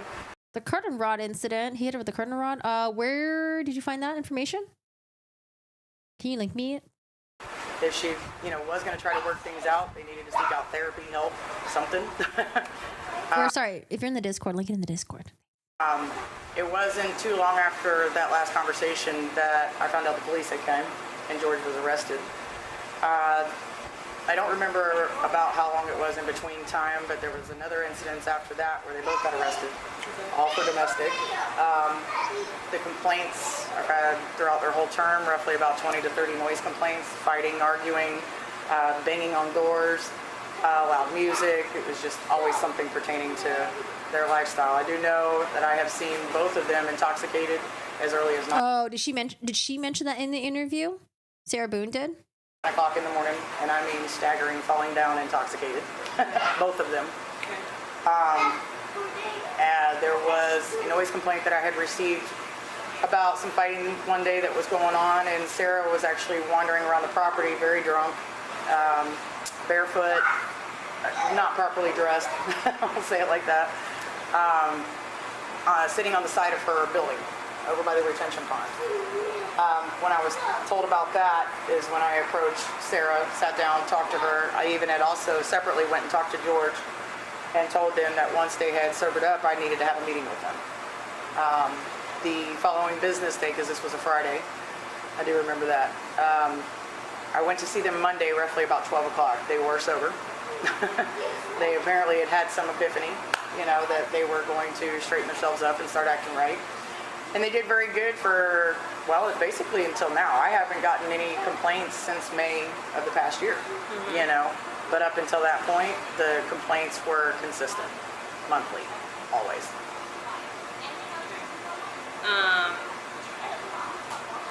Do Would you ever speak with George by himself? Like, did he ever confide in you about their relationship? The one time where, like I was just saying, that when I talked to her, she asked me to go talk to him. But she's like, please go put the fear of God in him. Fear of God in him. I'm a very stern property manager. I don't tolerate a whole lot of crap. Right. And she knew that. And She said, I don't tolerate a lot of crap. But then she say there was like 20 to 30 noise complaints, fighting, banging on doors, loud music. That's a lot to tolerate. the fear of God in him. Fear of God in him. I'm a very stern property manager. I don't tolerate a whole lot of crap. Right. And she knew that, and she seemed scared of him at the time. So I said, sure, no problem, just stay here. We'll go talk to him. I went over, sat down, talked to George. I talked to him for about 30 minutes altogether. And, George had explained to me that she was actually the aggressive one. And the reason she ended up with Marks is, my perception of what he was trying to explain is that she's very hands-on, in the face, dramatized in talking and explaining or fussing or whatever they might have been doing. Right. And I believe that because Jean, my assistant, doesn't even like to deal with her, would avoid her like the plague, because she was always drunk and she's very hands-on. There was one day, as a matter of fact, it was that same day that I talked to George by himself, she kept grabbing me by the arms to the point that I told her, I said, if you touch me one more time, we're going to have a problem. I'm Right. either going to contact the police or whatever we need to do, but you can't keep grabbing on me. I had asked her several times to quit touching me. And because of that, she would do the same thing to Jean, and Jean didn't like it. Right. So, Can you imagine you're just at work, you got a drunk ass Sarah Boone, like grabbing your arms constantly, like, no, like, that's not okay, first of all. I mean, it's possible, because here's what I'm thinking. I'm thinking that, like, I'm sure the abuse happened both ways, but what if it was like Sarah Boone was the one who was the initial aggressor, where she would escalate things, get into his face, he wouldn't respond or something, or maybe he would respond, and then she would grab him, he would respond back by trying to grab her and try to like contain her. I don't know, because I feel like that could also be another scenario as well, where maybe she was the aggressor and then he was just trying to contain her, and then she like sustained bruises and stuff like that. But I mean, of course, as their fight gets worse, at some point he probably just has enough, and they probably just do like beatdown mode where they're both fighting each other or something. Because the description of the injuries, like big bruises, handprints, the gashes, and all that stuff. I mean, some of it could also be because Sarah Boone was also really drunk and she was like probably falling over herself, and then also her fighting George. It could be like a combination of things. She grabs a cop and the cop tells her to get her hands off. that's what he was explaining. That's what I was saying too, because like I know that's also very common when people are in an abusive relationship. Sometimes if it's like mutual, or if one person is the abuser but they want to get control of the narrative, they'll make sure that they control the situation by going around and telling everyone their version of events before the other person can. But I mean, it seems like the abuse, like I said, happened both ways, but it's possible that Sarah Boone could just really be the aggressor as well, who initiated it.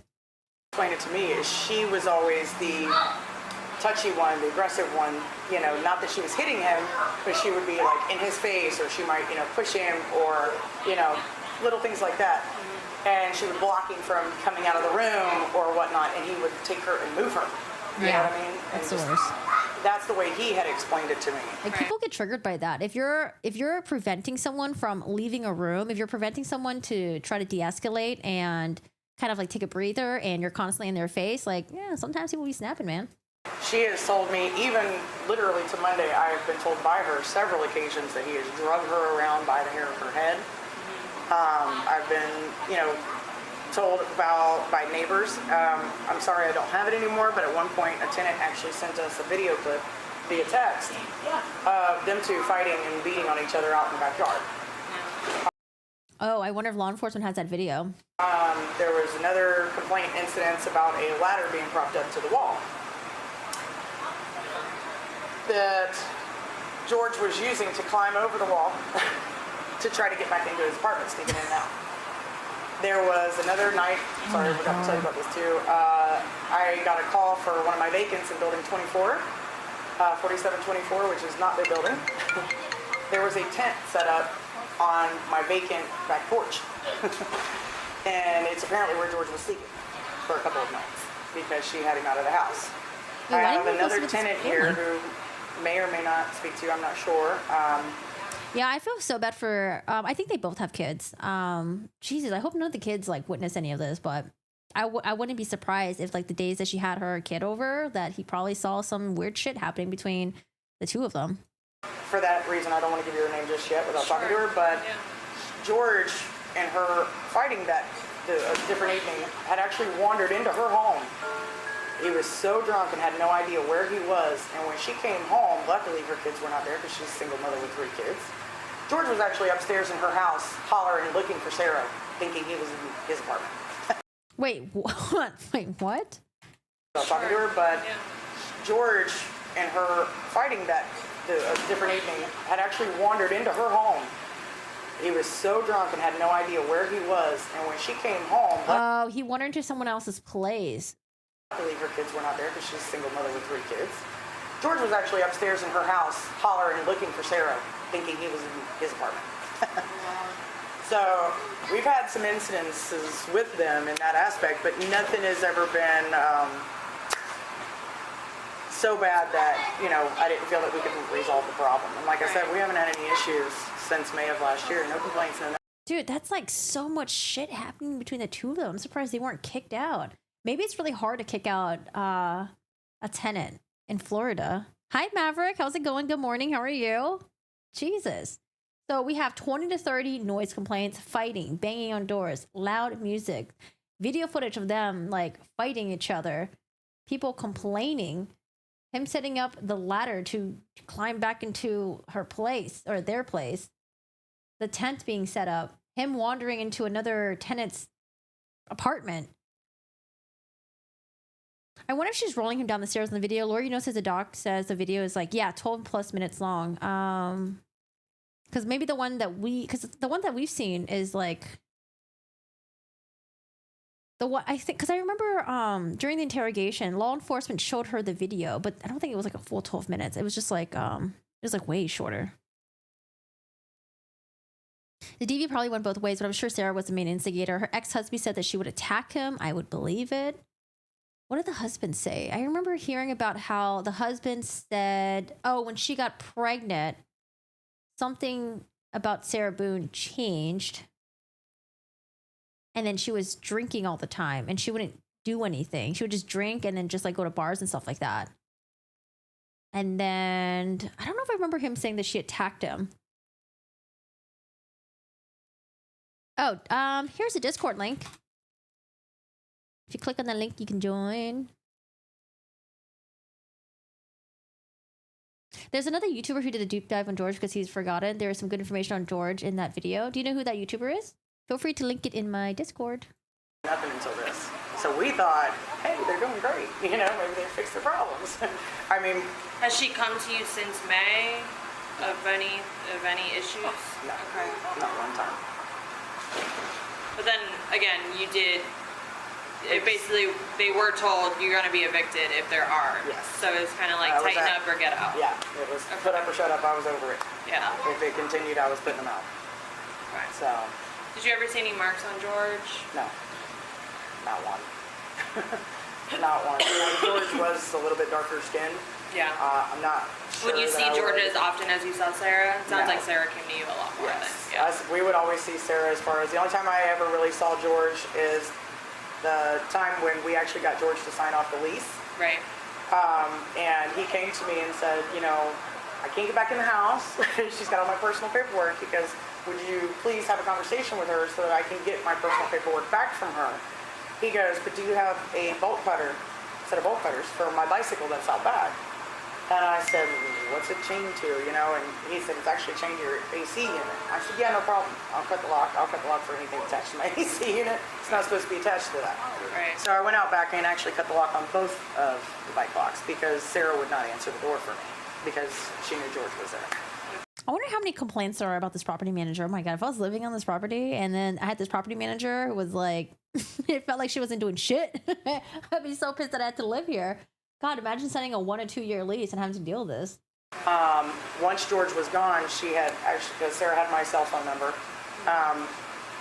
being that I had already went through and just got out of a very abusive relationship, Sarah knew that because, you know, I confided in her and explained that.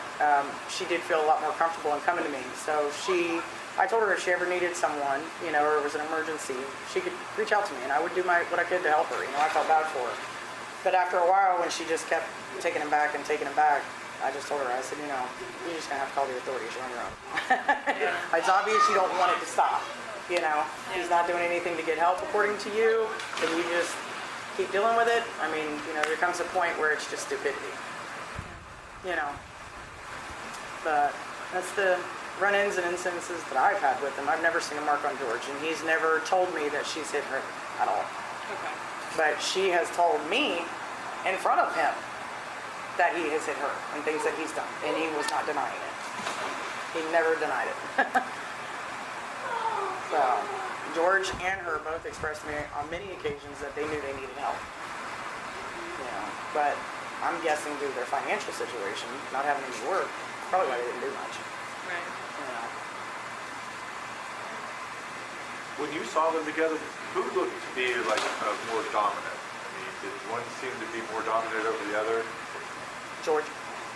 George was very confident. You know, he wasn't arrogant or anything. He, for the most part, stayed to himself. Like I said, there are a couple people here that he knew, you know, from, I would say, another life, from Philadelphia. And, you know, George was the one I always seen driving the vehicle. George is the one I always seen playing with the child. You know, never saw Sarah outside playing with her kid, ever. As a matter of fact, most of the time, Lucas, you would find him riding around the property on his bike, unattended. No parents outside, no nothing. Because I had actually had a conversation with Sarah about that. And I said, you know, the kid was a great kid, don't get me wrong, he never did anything to get me in trouble, but it was more my concern for his well-being. You know, when he's all the way riding over here and around some of these corners with the dumpsters, these people don't see nobody, and they sure ain't gonna see no kid on the road. So I had a conversation with her about that, and we haven't had any really problems. I can say I've only seen Lucas on his bike away from her like that twice. She actually had secluded him to stay in front of the building, you know, which was fine. I just didn't want him over there. But yeah, you didn't see Sarah out at all. The only time I ever saw her, especially after the incident that took place with Emmett and his ex-girlfriend. Wait, who's Emmett and his ex-girlfriend? It was more like a confrontation that took place in the office. She made an accusation on Emmett saying that he was trying to forcefully, like, I don't want to say rape, but he was trying to push himself on her. On Sarah? On Sarah. She made that claim. Some tenant, a different Yeah, tenant? another tenant that knew George from Philly. And they confronted the two of them. You know, I will say Sarah held her ground when the girl confronted her and asked her and said, you know, don't lie to my face.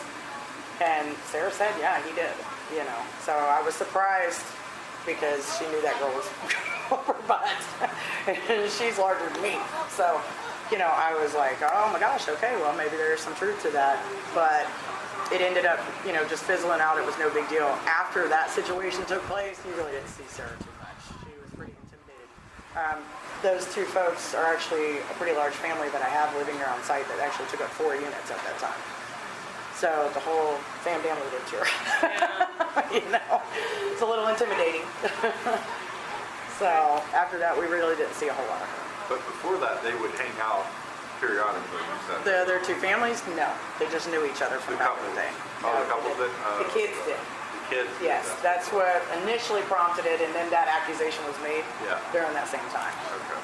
So, prompted it, and then Oh, the couple did? the kids did. The kids did? Yes, that's what initially prompted it, and then that accusation was made during that same time. Okay. So, and when it comes to the kids on my property, I stay very involved with them. We have some issues with our bus routes and all kinds of stuff, and we had some kid vandalism being done, broken glass bottles. They were pulling glass bottles out of the trash, breaking them, thought it was fun. And one kid told on another, then the parents got involved. It became a little bit of an issue, so I had to get in the middle to squash it, you know. I didn't want anybody fighting on the property or kids getting hurt for that matter. but that's it. Is there I'm so confused what the hell we're talking about right now. We're like on a tangent of a tangent of a tangent. anything else that you think is important for us to know about Sarah or George that we haven't? Hi, Cha. How are you doing today? Souls on my feet. I was like, oh, heck yeah. Glad this channel popped up. I'm a new subscriber here. Thanks so much. I appreciate that. And thanks for popping in. I hope you're doing well. The last letter she's asking for internet, headphones, word program, classroom to herself. I thought the judge already said no to those things. He did. He did. Was it uploaded again recently or something? It's called George Torres and Mass before and after Sarah. Oh, okay, cool. Thank you. Let me put that into my notepad. Thanks, Lee. I appreciate the time you took to look that up. Sorry about that. Okay. Thank you. Discussed.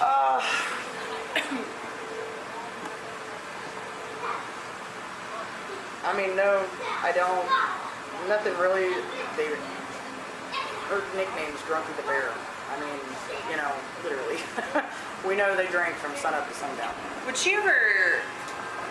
I know she confided in you a lot. Would she ever admit that she was an alcoholic to you? Yeah.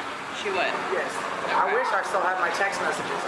She sent it to me on text many occasions. I know we drink too much and blah, blah, blah. She had told me that George one time had enrolled in AA and was getting help. Now, brother, that was any truth. I have no idea. A lot of stuff like that I just take with a grain of salt. Right. You know, I think she was more concerned about the image that was being put in my head for them, and I think she was just trying to paint a prettier picture. Right. Because I will say, it was like a week later, she was drunk. And when we go, you know, inspecting the property and walking around different projects, we do a lot of pressure washing throughout the year. We do that a couple of times. You know, I ride around the back sides of the buildings, checking everything out. We've got a property drainage system back there. You always knew, because you'd ride back there and you'd hear them 9, 10 o'clock in the morning, they're drunk, falling down, cutting up. My God, I can't imagine being drunk like that all the time. Jeez. Okay. Can you raise your right hand for me? Yes. Promise and swear everything we've talked about has been true and accurate to the best of your knowledge. Yes. Sends are recording 12 to 20 hours. That is definitely not her name now. Drunky the Bear? No, that sounds way too... That doesn't sound like a Sarah. Okay, I guess that's it for the recording. Let me see if I can find the letter that you guys are talking about, but let me go use the restroom first. I'll be right back.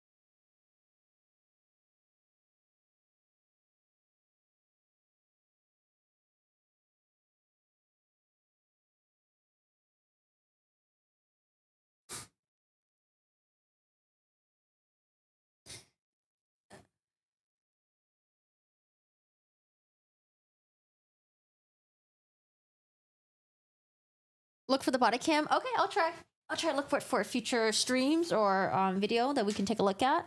Or maybe when I do like the history of Boone and George in like a separate video. Let me see if I can find the letter that you guys are talking about. So, all right, what do we have here? Order, setting hearing, motion to dismiss. Let's work backwards then. Motion to dismiss. I'm going to skip over that. Notice of hearing. Petition or motion for attorney's fee. Affidavit of cost. Petition. I think these are the ones from Frank Binkowitz, right? Notice of filing. Certificate of service. Notice of filing. Petition for oh gosh. Let me see. Okay, let's see. Ah, shoot. We're logged out. Give me a second, y'all. We're logged out. No. Let me go back in.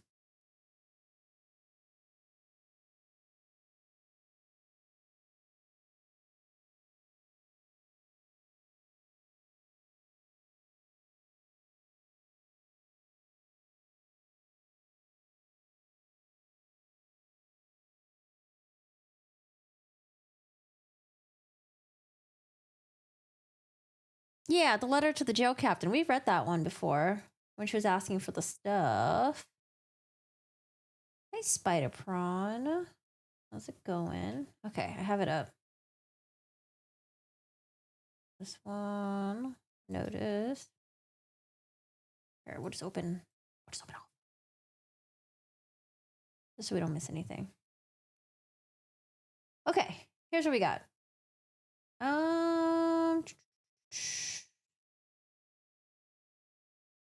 September 3rd, review of state's physical evidence as per court order. Really? Huh, so they decide to not meet up and review the evidence together? Oh, I guess we'll all be there. Motion for payment of costs and appointing neuropsychologist to assist the defendant in preparation for the case. Hold on, let me write my notes down. All right, so this is going to be for the hearing that we have on September 3rd. Is that next week?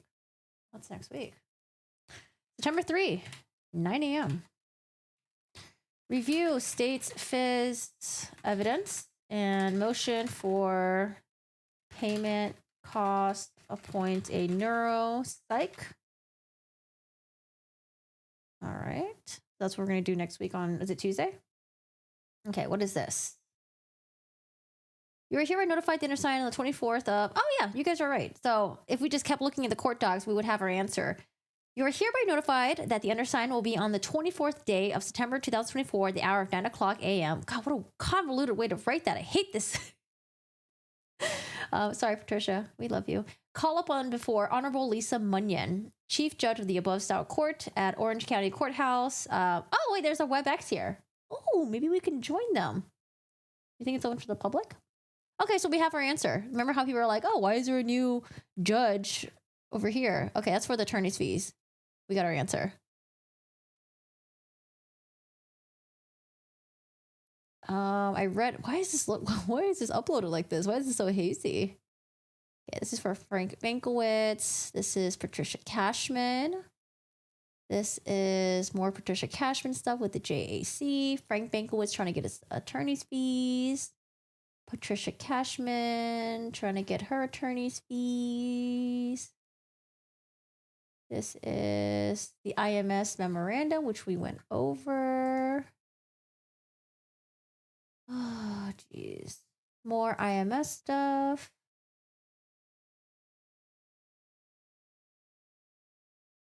This is Prison Break, doing what they were supposed to do. Hi, Frosted. How are you doing today? Hey, thanks for joining us for your first live. Hello, hello. Welcome, welcome. It was another handwritten letter. Are you sure I haven't read it yet? This is Patricia Cashman. This is the motion to dismiss. I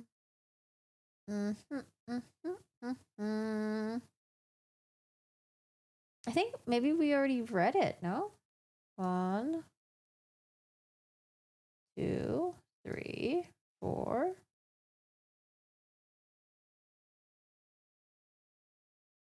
I think we already read it. Did it get uploaded? Oh, did they upload it late and then it was like backdated? The document, certificate. I mean, the 151, I remember reading this. This. Maybe you guys are fucking with me. Let's see. Got that. Prison Break 1. Prison Break. Oh, Winston Hobson. I think we did read it before.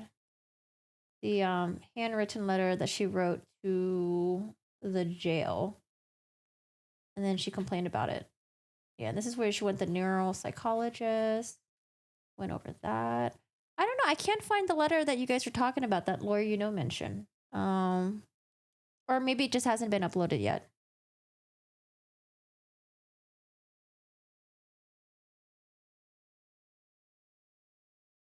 This is such a lovely chat. Yeah, they're being lovely today. Sometimes they're troublemakers. I'm just kidding. Hi, Lauren. How's it going? This is the Sentinel. Yeah, I think we read the letter that you guys are. Okay, what's this? Oh, is this the 151 page one? Real. Oh, Peter was live about 40 minutes ago. Someone told him about the letter. Okay, I'll watch his stream and I'll scrub around to see what's the detail on that. Was he able to find the letter, or what if someone's just trolling all of us? What if there is no letter? All right, this is the pro se package that they gave her. Maybe you guys are talking about this letter, because I read this one before. This is where she wrote a letter to Captain Di Giovanni. We read this one before. We have a video up already. You saw it on another channel?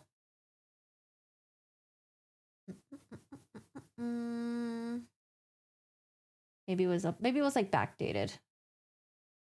Prison break stuff.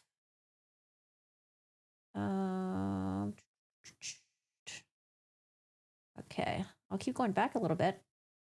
One.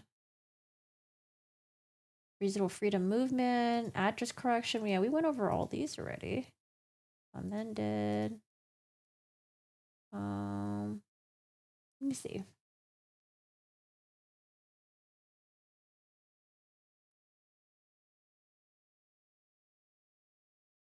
Okay. Last batch. Let's see if we can find what you're talking about. Last batch. Original hard copy. We read this one. Where she wants the hard copy. Yeah, I read this one. Reasonable freedom movement, to be unshackled. Read this one. This is the address change correction. The address stuff. Read that. I don't know if I read that, but I know about it. Private investigator. Trial case management. Trial is 3 weeks long.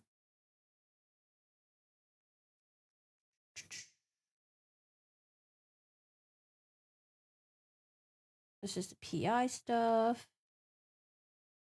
This is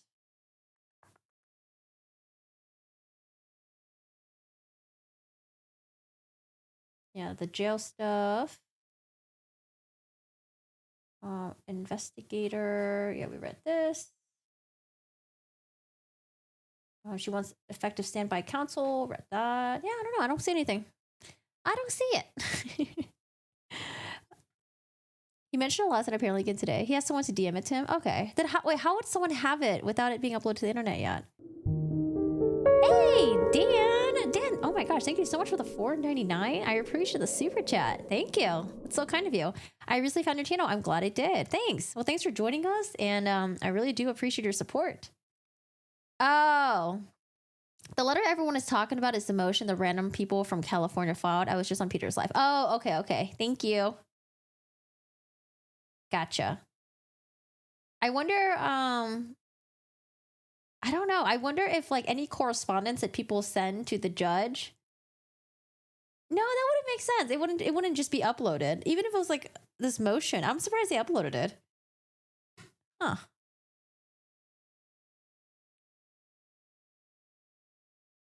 All right. Thank you, Leah. Thank you for the clarification. Yeah, I was trying to figure out to see if I could find it. All right, y'all. Well, I think that's all we got today for Sarah Boone.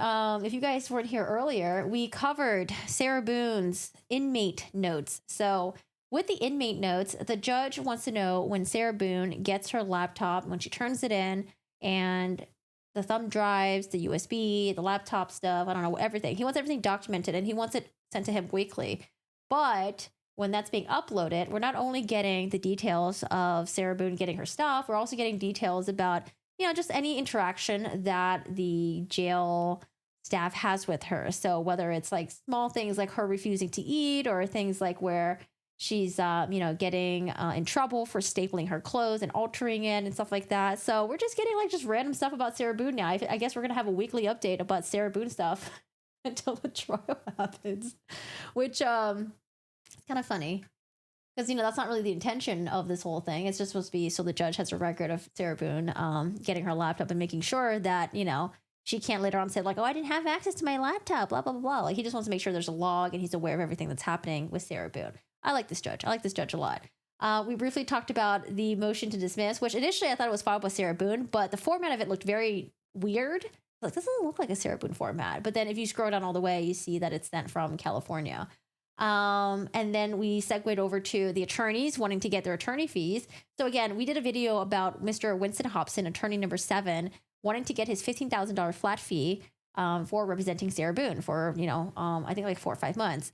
Now, they are trying to deny that and say that like, oh no, your $15,000 flat fee. I mean, my understanding of JAC's language is that the $15,000 has to be split between the 4 attorneys.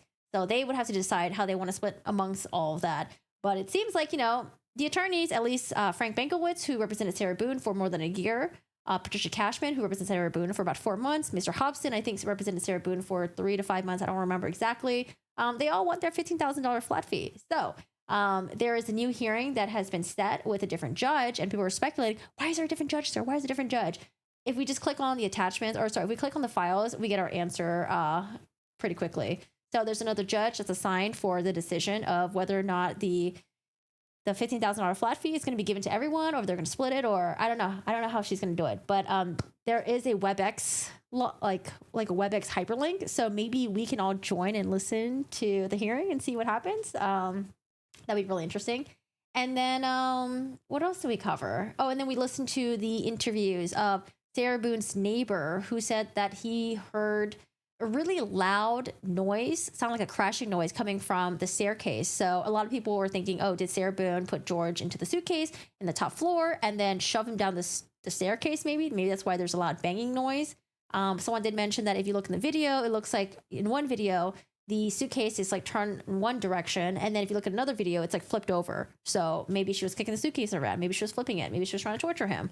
And then we listened to the property manager who said that she's dealt with Sarah Boone and George, had about 20 to 30 noise complaints, and there were incidents of Sarah Boone and George fighting in a parking lot where a tenant recorded it. I'm sure that will probably be available for the trial for us to see it.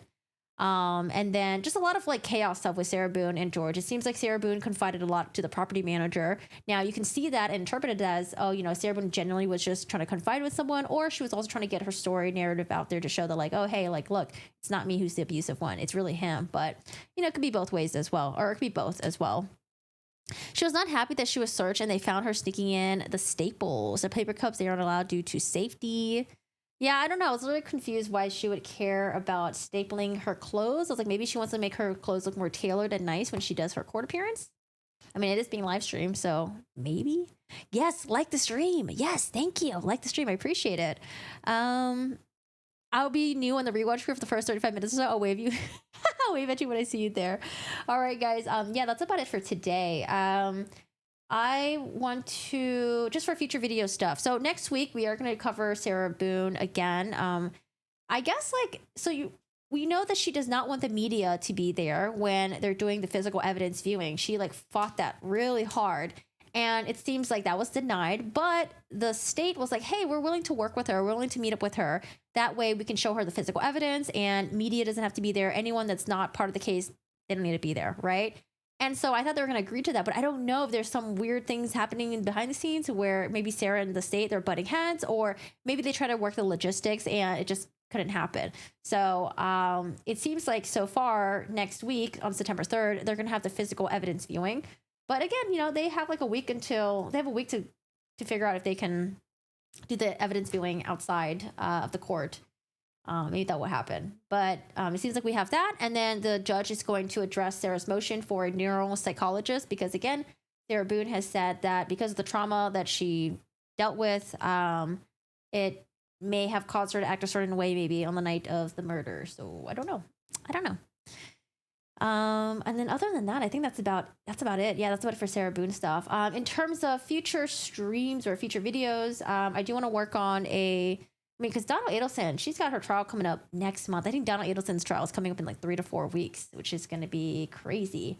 With Donna Adelson, I've been keeping up with all the stuff that's been happening with Donna Adelson, but I might do a video just recapping because there's so much it happened more than 10 years ago, right? Or 10 years ago, yeah. A little more than 10 years ago. I feel like we need to do like a refresher on the Dan Markel case and then the involvement of the hitman, Catherine McBanoa, who was Charlie Adelson's ex-girlfriend or girlfriend or whatever she was at the time with him, sort of girlfriend, and then the whole Adelson family. So I kind of want to do a recap video on all that before we get into the trial stuff, because it would help me recap as well, just to freshen our memory. Because Adelson stuff, man, that is crazy. Like, I am convinced now that Harvey definitely knew.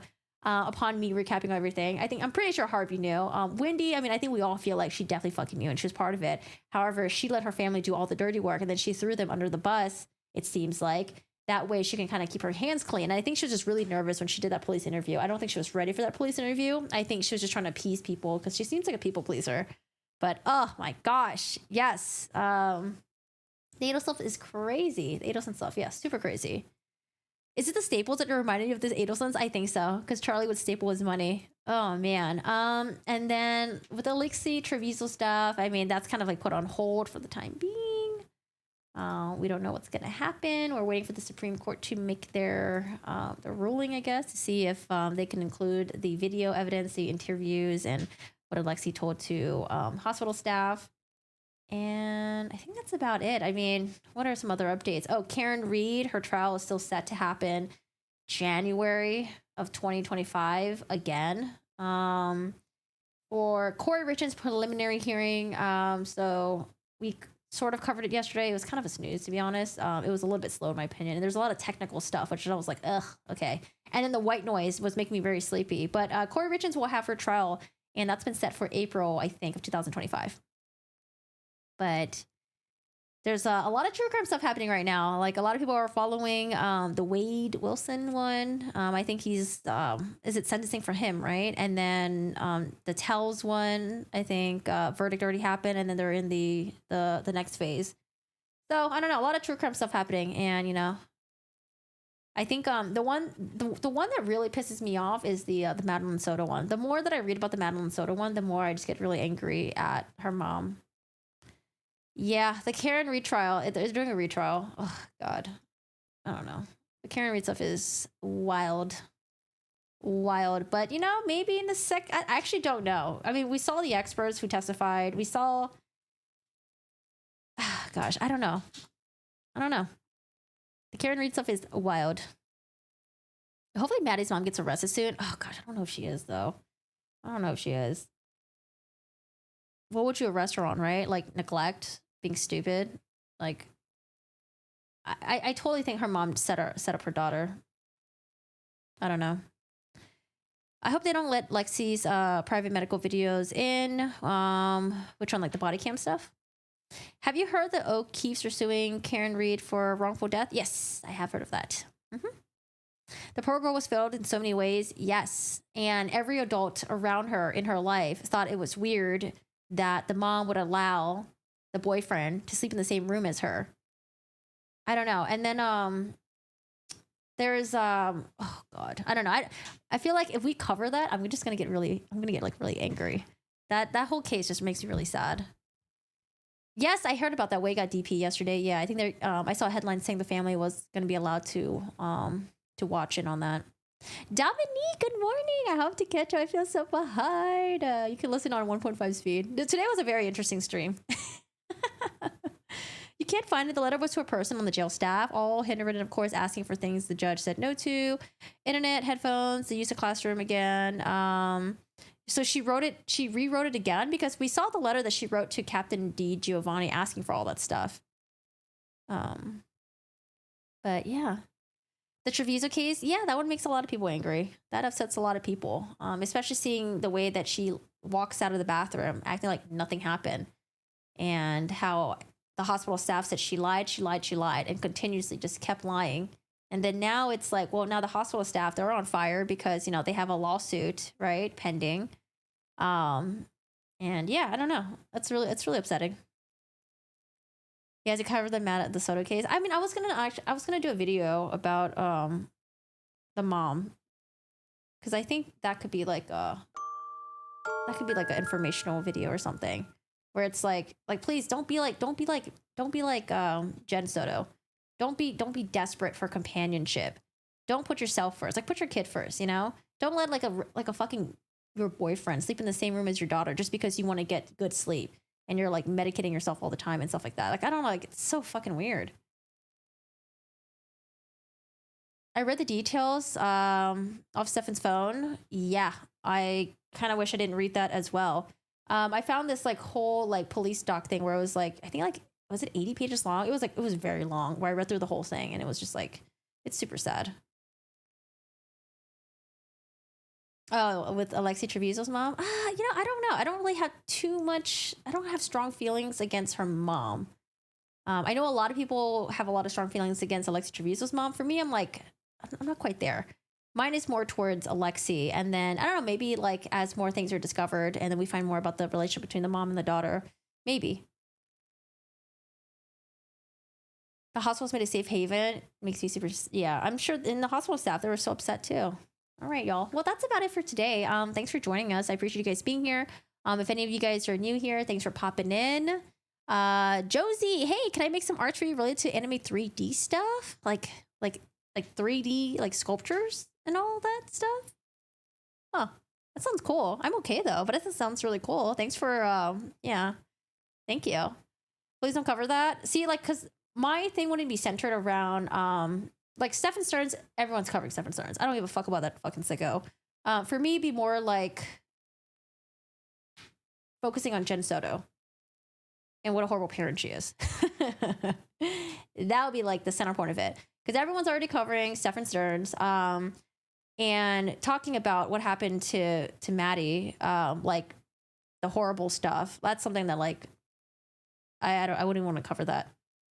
People on the internet already fucking know about it, you know? But for me, be more focusing on like, here's a terrible mom and here's why. And here's what she knew and here's what she didn't do. And here's how she allowed her daughter to be subjected to this type of abuse for so long. So, but yeah. Anyways, I hope you guys have a good one though. Take care. I'm going to go eat some lunch. You guys want to say hi to Shiro? Shiro, you want to say hi? Want to say hi? Want to say hi to my corgi? I don't know if you're going to be able to see him. He's a short boy. Come on, Shiro. Want to say hi? Can you see him? There he is. There he is. He's so cute. There he is. Shiro says hi. All right, y'all. We're going to head out. Jen needs to be talked about more for sure. Yeah. I mean, I know a lot of people are going after Jen. But a lot of the focus is on Stefan Stearns. But Jen, like, Jen, you're part of it too. Oh, if you guys can be part of the rewatch crew, thanks. But yeah, what I will do is, if you guys don't want to watch the entirety of the stream, usually what I'll do is I'll like chop up the video and then I'll try to like edit it to make it so it's like the information is kind of like quicker and to the point sometimes. All right, y'all have a good one. Take care. And I will see you guys. Corey Richards. Yes, we have been covering Corey Richards because she is also another crazy one. Like Corey Richards. So much drama with Corey Richards. Okay. Corey Richards, Sarah Boone.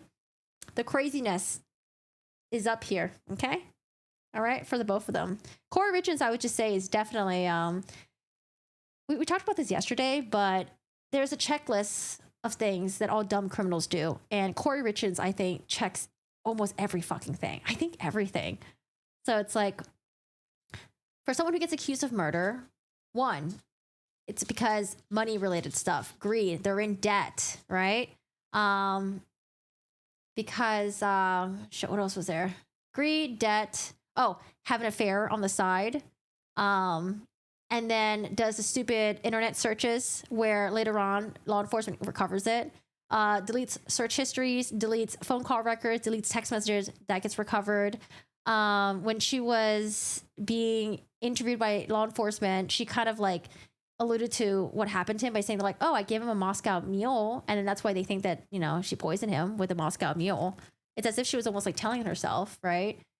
And then she does this like whole like publicity tour thing, writing the book, trying to get people to feel sorry for her. And then does the thing with her kids where she writes a book for them and they're grieving because they lost their father, but she's the one who's accused of being the cause of it. And then she does the whole thing with like writing the letter to try to like, you know, people say that she was trying to tell the witnesses what to say. And then she gets caught for it. But then she says everyone else, they're all idiots. She's like, there's no way I was writing a letter to tell my family members what to say and make up lies about Eric Richards. It's because I was writing a story. I don't know. Corey Richards just does every stupid fucking thing. I feel bad for her 3 young kids. We'll have to watch her Corey Richards stuff. Yeah, we have a Corey Richards. There's like a playlist of that. I was gonna do a video recapping the preliminary hearing stuff, but honestly, I don't think I'm gonna do that. Because day 1 was kind of a snoozer for me. Day 2 was a little more interesting, but still kind of like eh. But we'll definitely cover any other new updates about Corey Richards, and yeah, definitely the trial stuff. The walk the dog letter was so stupid. Yeah, I don't know. Like her and also there's been some accusations about her mom potentially doing the same thing to her partner many years ago. The mom was dating someone, and then her partner also was like, I think like it was deemed as like an overdose or something, and I think they reopened that case to investigate that. Okay, all right, I'm heading out now. I'm gonna give Shiro his snackies. You guys take care. Thanks for joining us. Have a good one, and I will see you guys later. I'll see you guys next week for Sarah Boone hearing, and then we do play games on Twitch as well, but I don't do true crime stuff on there. Well, I mean, if I do true crime stuff on there, it's because I'm dual streaming on Twitch and on YouTube, but